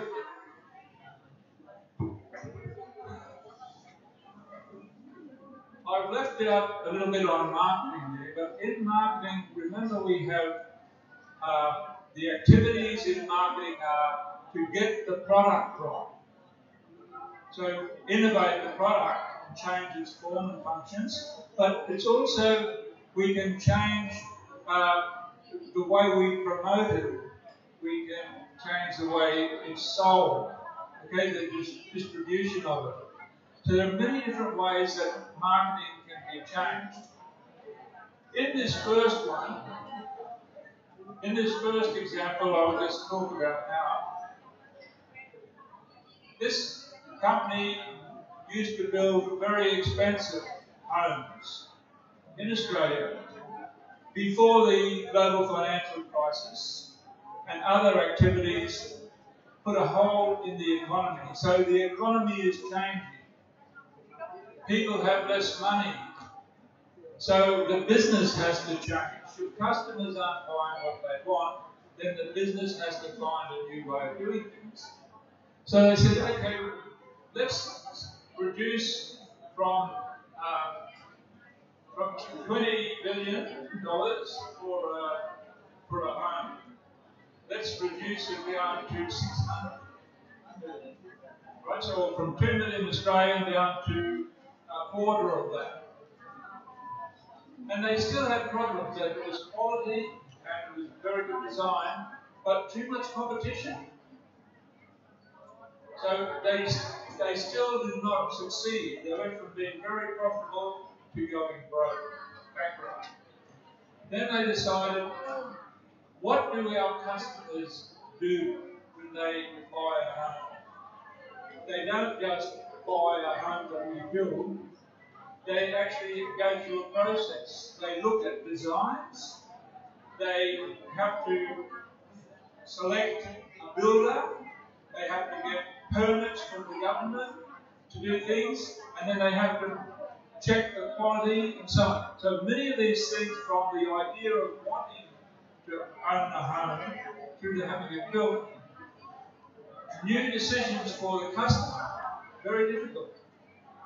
But for the builders, for this company, they said, we are experts in all of that. We know how to design, we know how to select, we know how to project manage. So their response was not to build, not to provide the end product, but to manage the process for the customer, and they would get paid by the customer, and the customer would often win because they were saving the customer a lot of, not just effort, time and effort, but saving them money. Instead of the house costing 1 million, it was costing maybe 10% less. So that was one way of innovating, by thinking, let's not deliver the end product, let's manage the process for them. In business, one of the big trends is, and in academic work on marketing and management, it's the service-dominated paradigm. Services are the thing where a lot of businesses can make good money and where they can succeed. So, summarising there, serve the market, no need to build. Look at the overall process and manage that. Designs, quotes, contracts with builders, and monitor the construction.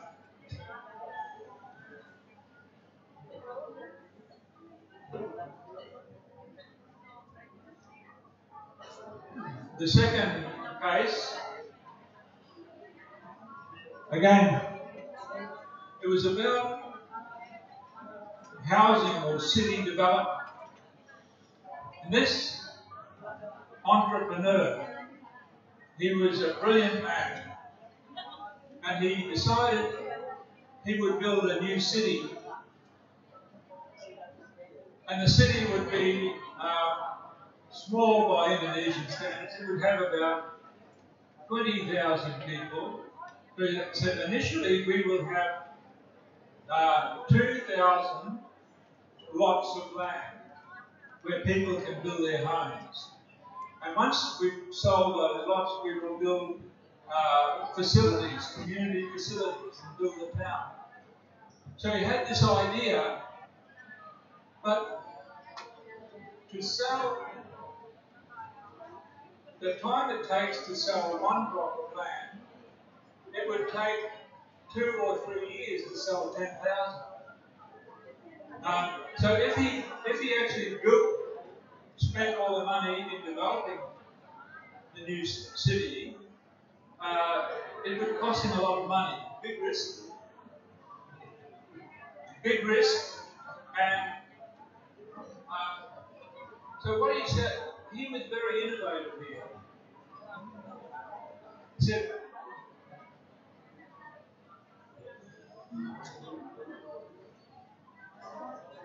let's innovate with the way we market it and sell it. He said he got a hall twice as big as this lecture room here. And in the middle of it, he actually constructed, like on tables, all the streets. You could walk down around the tables and they were the streets. And on each table he had the layout of all the houses, etc. And people could see this. He had big pictures and videos in this display centre. And he then invited small advertising, clever advertising on television, saying, live where you play, nice environment, come here. And people could buy, or not buy, but make a bid, the bidding or buying process, they could say, I will pay 200 for this, 200 million, and if someone else wanted that block, they would have to pay 10% more. Put a bid in for 10% more. So this had the effect of getting people not to bid on the same block, but to spread it around. The end result, he had pigeonholes or little boxes on the wall for every block, 1,000 of these home sites. People could put their contract in or their bid and pay just $1,000. Then they had the big sales event day. You had the sales solicitors and so on, and people who had put their bids in were able to, they had the result. Someone bid more than them, someone else got it, but at a higher price. The effect was, this is the measure of success, by being innovative with the way he promoted and sort of the selling process, he was able to sell 1,000 in one day. 1,000 home sites in one day. That has never been done by anyone else. And because of that, he got multi-million-dollar finance from finance companies and was able to begin construction without having to take a risk of his own money. So we can see that innovation goes beyond technology. It goes beyond technical and communication industries.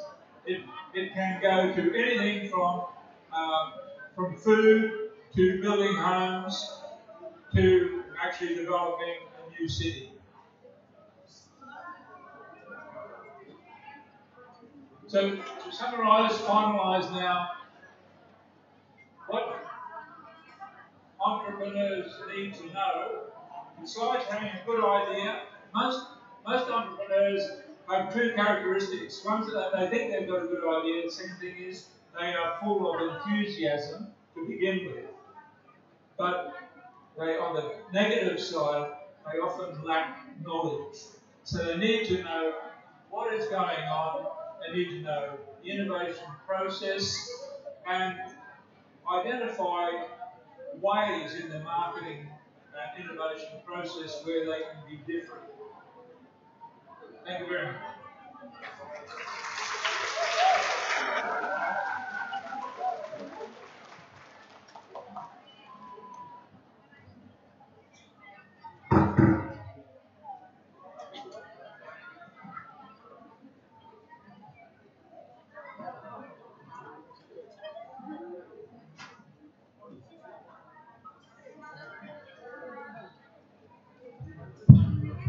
Okay, thank you, Prof. Max, for your nice explanation. Now we are going to move to the next session, answer any question. Please raise your hand. Maybe when the time is too over, I just give two questions. One,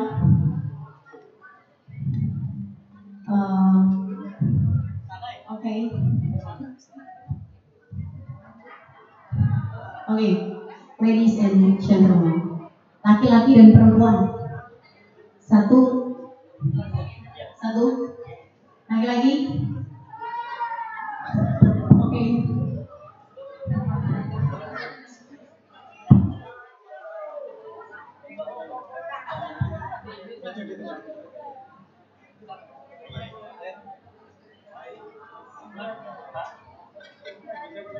Iya.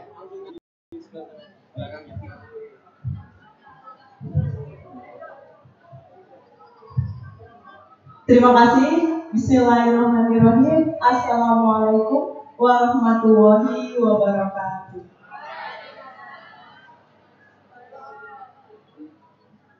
Thank you, Mr. and Mrs.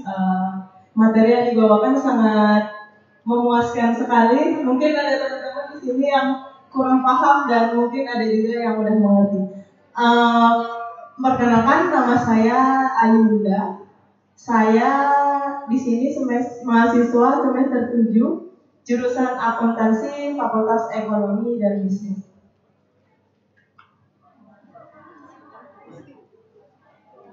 Di sini saya akan bertanya dari yang sudah dijelaskan oleh Dr. Mahirah tadi.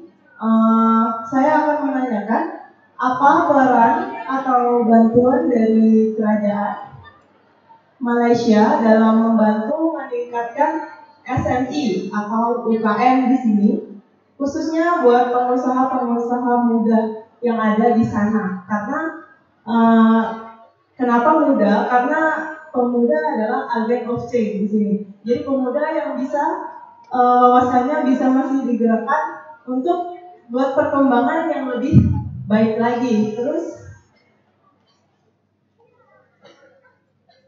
terutama di dalam revolusi industri digital 4.0 tadi. Terus bagaimana cara kita bisa dibantu oleh negara-negara yang sudah berada di revolution industri 4.0 tadi. Misalnya di sini mungkin ada yang sudah mempunyai usaha. Nah, bagaimana cara mereka itu bisa mungkin mendapat investor dari luar negeri atau dapat bantuan apa dari yang sudah melaksanakan industri revolusioner 4.0 tadi. Gini, jadi mungkin kalau pengetahuan tadi itu baik buat teman-teman, mungkin di sini yang kita bingungkan itu adalah bagaimana cara memulai bisnis yang mengikuti industri revolution 4.0 itu. Soalnya kita itu rata-rata kita di sini cuma mempunyai ide tapi tidak dikerjakan. Gitu. Ide bisnis itu pasti ada tiap orang, cuma rata-rata mereka cuma ntar aja gitu. Mungkin ada kata-kata motivator dari Mr. and Mrs. untuk menggerakkan kita sebagai mahasiswa agar jiwa pengusaha-pengusaha kita mengikuti bisnis inovation 4.0 itu bisa segera kita laksanakan tanpa menunda-nunda lagi. Begitu, terima kasih. Assalamualaikum warahmatullahi wabarakatuh. Terima kasih pertanyaannya.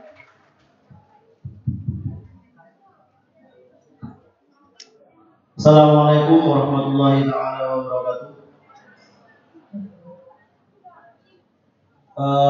We say thank you very much to Miss Rahmawati as moderator international seminar, and would like to introduce myself. My full name is Ahmad Zaki Azuhairi. My friends call me Zaki. I'm from Madura Island, and then yes,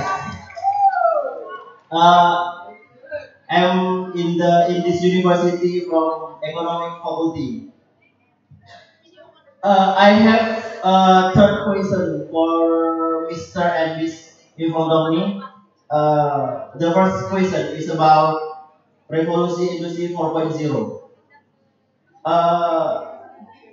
Exactly how employment destiny if revolusi industry have increased in every sector industry. And we know the revolution industry in this country have increased in the system technology or system and the other. And from this impact have unemployment for everyone in this country. The second question is about what is the positive impact and negative impact revolution industry 4.0 in this country. And the second and the third question is about what is the business innovation what is the business innovation in this country? We know that revolution for everyone here, and then we hope to Mr. and Miss in front of me clearly to increase my knowledge. Maybe just like a deliver, we say thank you very much. Thank you. Okay, thank you. Okay, thank you so much. I want to introduce myself. My name is Basuki. I'm from Accounting S 2016. My first question for Miss Mahirah. Maybe Miss Rama bisa jelas. Oke, untuk perkembangan teknologi umum di Malaysia itu sebenarnya sejauh mana? Dan dibandingkan dengan Indonesia itu kira-kira apa ya? Persamaan dan perbedaannya kayak gimana? Gitu. Untuk Miss Mahirah. And then the second untuk Mr.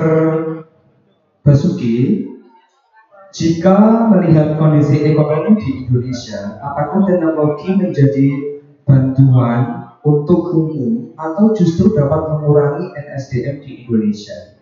Itu inti dari pertanyaan dari saya dan teman-teman. Okay, enough. Thank you so much. Wassalamualaikum warahmatullahi wabarakatuh. Thank you for all the questions. You can answer this question by your topics because one student asked a lot of questions. Okay, Assalamualaikum and thank you for the question number one. I will respond first for the question number one. So, bagi perkembangan di Malaysia sendiri, usahawan-usahawan muda harus tahu di mana medium yang harus disampaikan.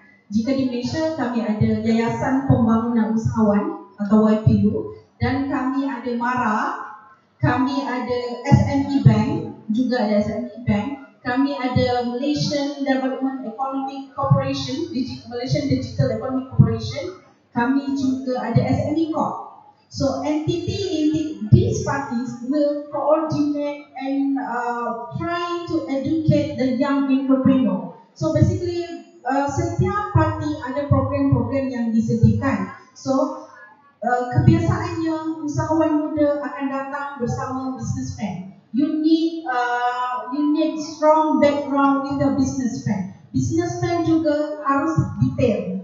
So bila ada idea yang detail, baru dibawa kepada medium yang bersesuaian. Dan di medium tersebut ada workshop yang akan disediakan.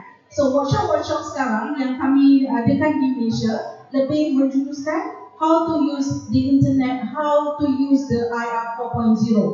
Okay, kalau saja tentang program terlalu banyak, kami ada TUBE program.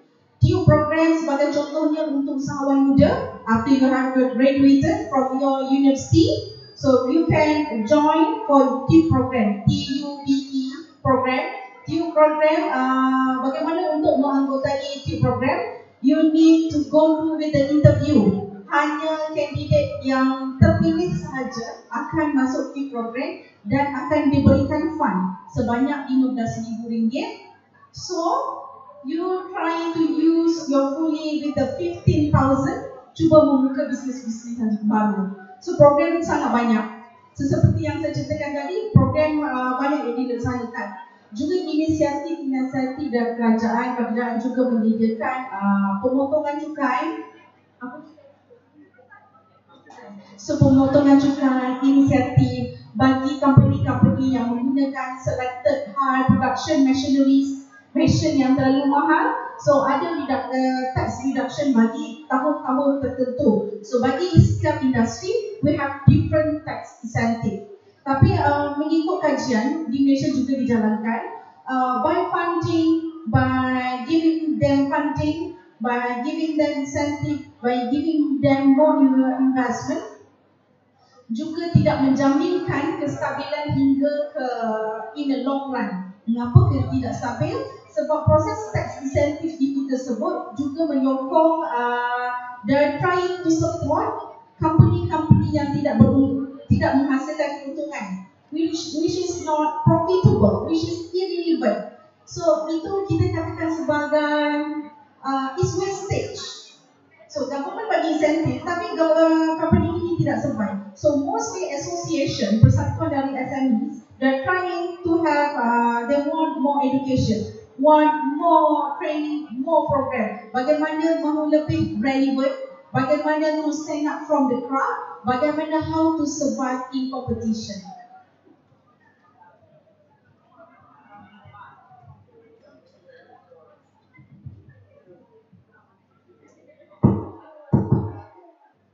Oke, siapa tadi yang dari Madura? Oh ya, oke. Sama dengan saya juga asli dari Solo deh.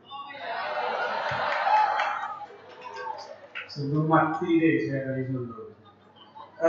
Pertanyaannya tadi tentang Industrial Revolution 4.0 ya. Oke, tadi Dr. Mahirah has explained clearly, ada gambarnya tadi ya.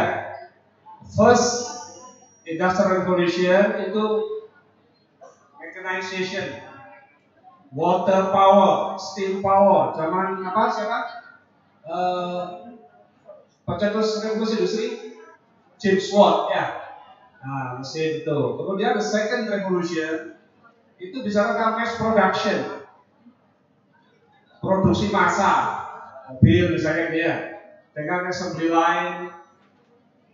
Kemudian yang ketiga adalah computer and automation. Ini adalah the third revolusi, industrial revolution. Sebenarnya nggak computerized, tapi sudah saya jelaskan. Nah sekarang di fourth industrial revolution itu sistem itu semuanya sudah terkonek dengan the Internet of Things, tadi TOT. Ya, jadi pakai big data, semuanya sudah menggunakan online, pakai cyber. Jadi sekarang kalau kita bicara apa impactnya, apa dampaknya, what is the impact to the human resources, for example, nah itu jelas sekali penggunaan masa era seperti ini akan mengurangi direct labor, tenaga kerja akan berkurang, penggunaan direct labor akan berkurang karena apa? Semuanya ada otomatisasi, semuanya ada computerized.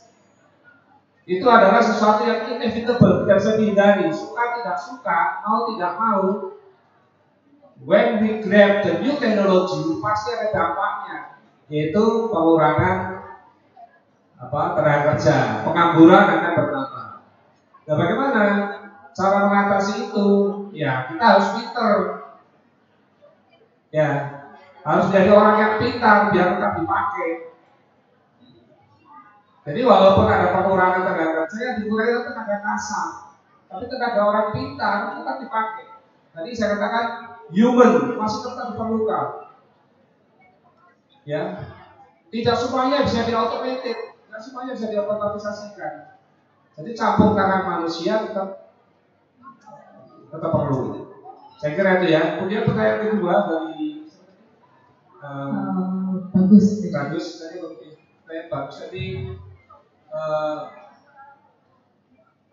Sebagian sudah terjawab ya, ini dampak dari itu. Satu hal yang kaitan bagus ada sesuatu yang saya lupa membacakan. Mana bagus tadi? Gus pertanyaan kedua ada bagus.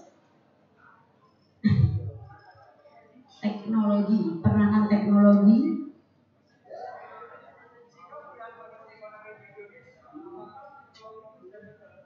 Oh, jadi batuan atau jadi malapetaka gitu ya? Ya, ini dua sisi yang pasti ya. Ada yin and yang, positif, negatif. Itu ada teknologi, satu sisi maju, di other side pasti akan turun. Jadi tergantung sudut pandang Anda. Kalau Anda menganggap itu sebuah bantuan, maka menjadi bantuan. Tapi kalau Anda sebagai malapetaka, ya jangan malapetaka lah. Jadi saya kira kita lihat sisi positifnya saja. Bahwa Industrial Revolution itu memicu semuanya menjadi lebih efisien dari saya katakan. Karena itu sudah tidak bisa dihindari bahwa timeliness, ketepat waktuan pasti. Ya. Life cycle semakin pendek, shorter life cycle harus itu compulsory. Karena kalau terjadi cost reduction, automatically will be cost. Ya, kalau terjadi time reduction, maka dampaknya adalah cost reduction. Kalau cost Anda turun, Anda bisa bersaing dengan kompetitor.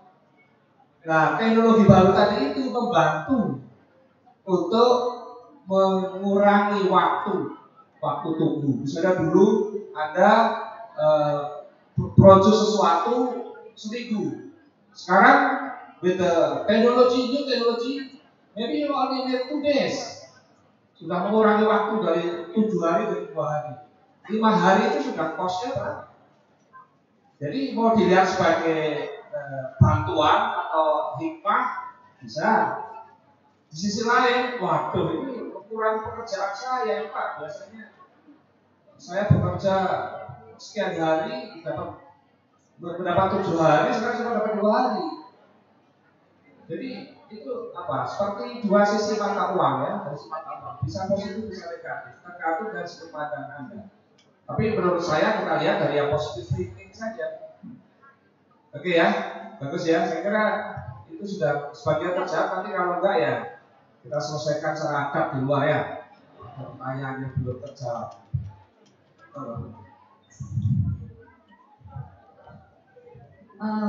What is business innovation? What is business innovation?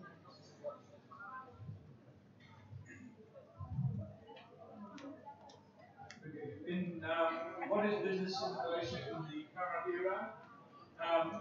It is using the Internet of Things, the innovations associated with the power of the Internet to manage many parts of their business. It can be inventory management, as touched on by Professor.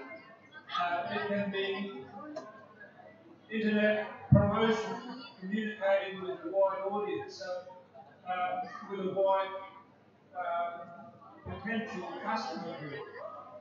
So it can be using the Internet to manage or to do many of the tasks that were done in the old ways, not so effectively.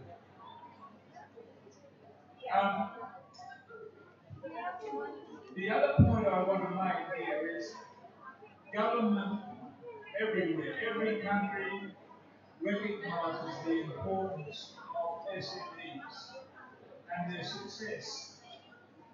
And it looks like Malaysia is doing quite a good job of responding and supporting through the license schemes. And most countries have something similar to that. I'm sure Indonesia has, but the Indonesian government is very strong in the way it supports, and how the best way to support is to make sure that any business can use the internet properly. But there's no substitute. The bottom point is they still need to know the basics of business.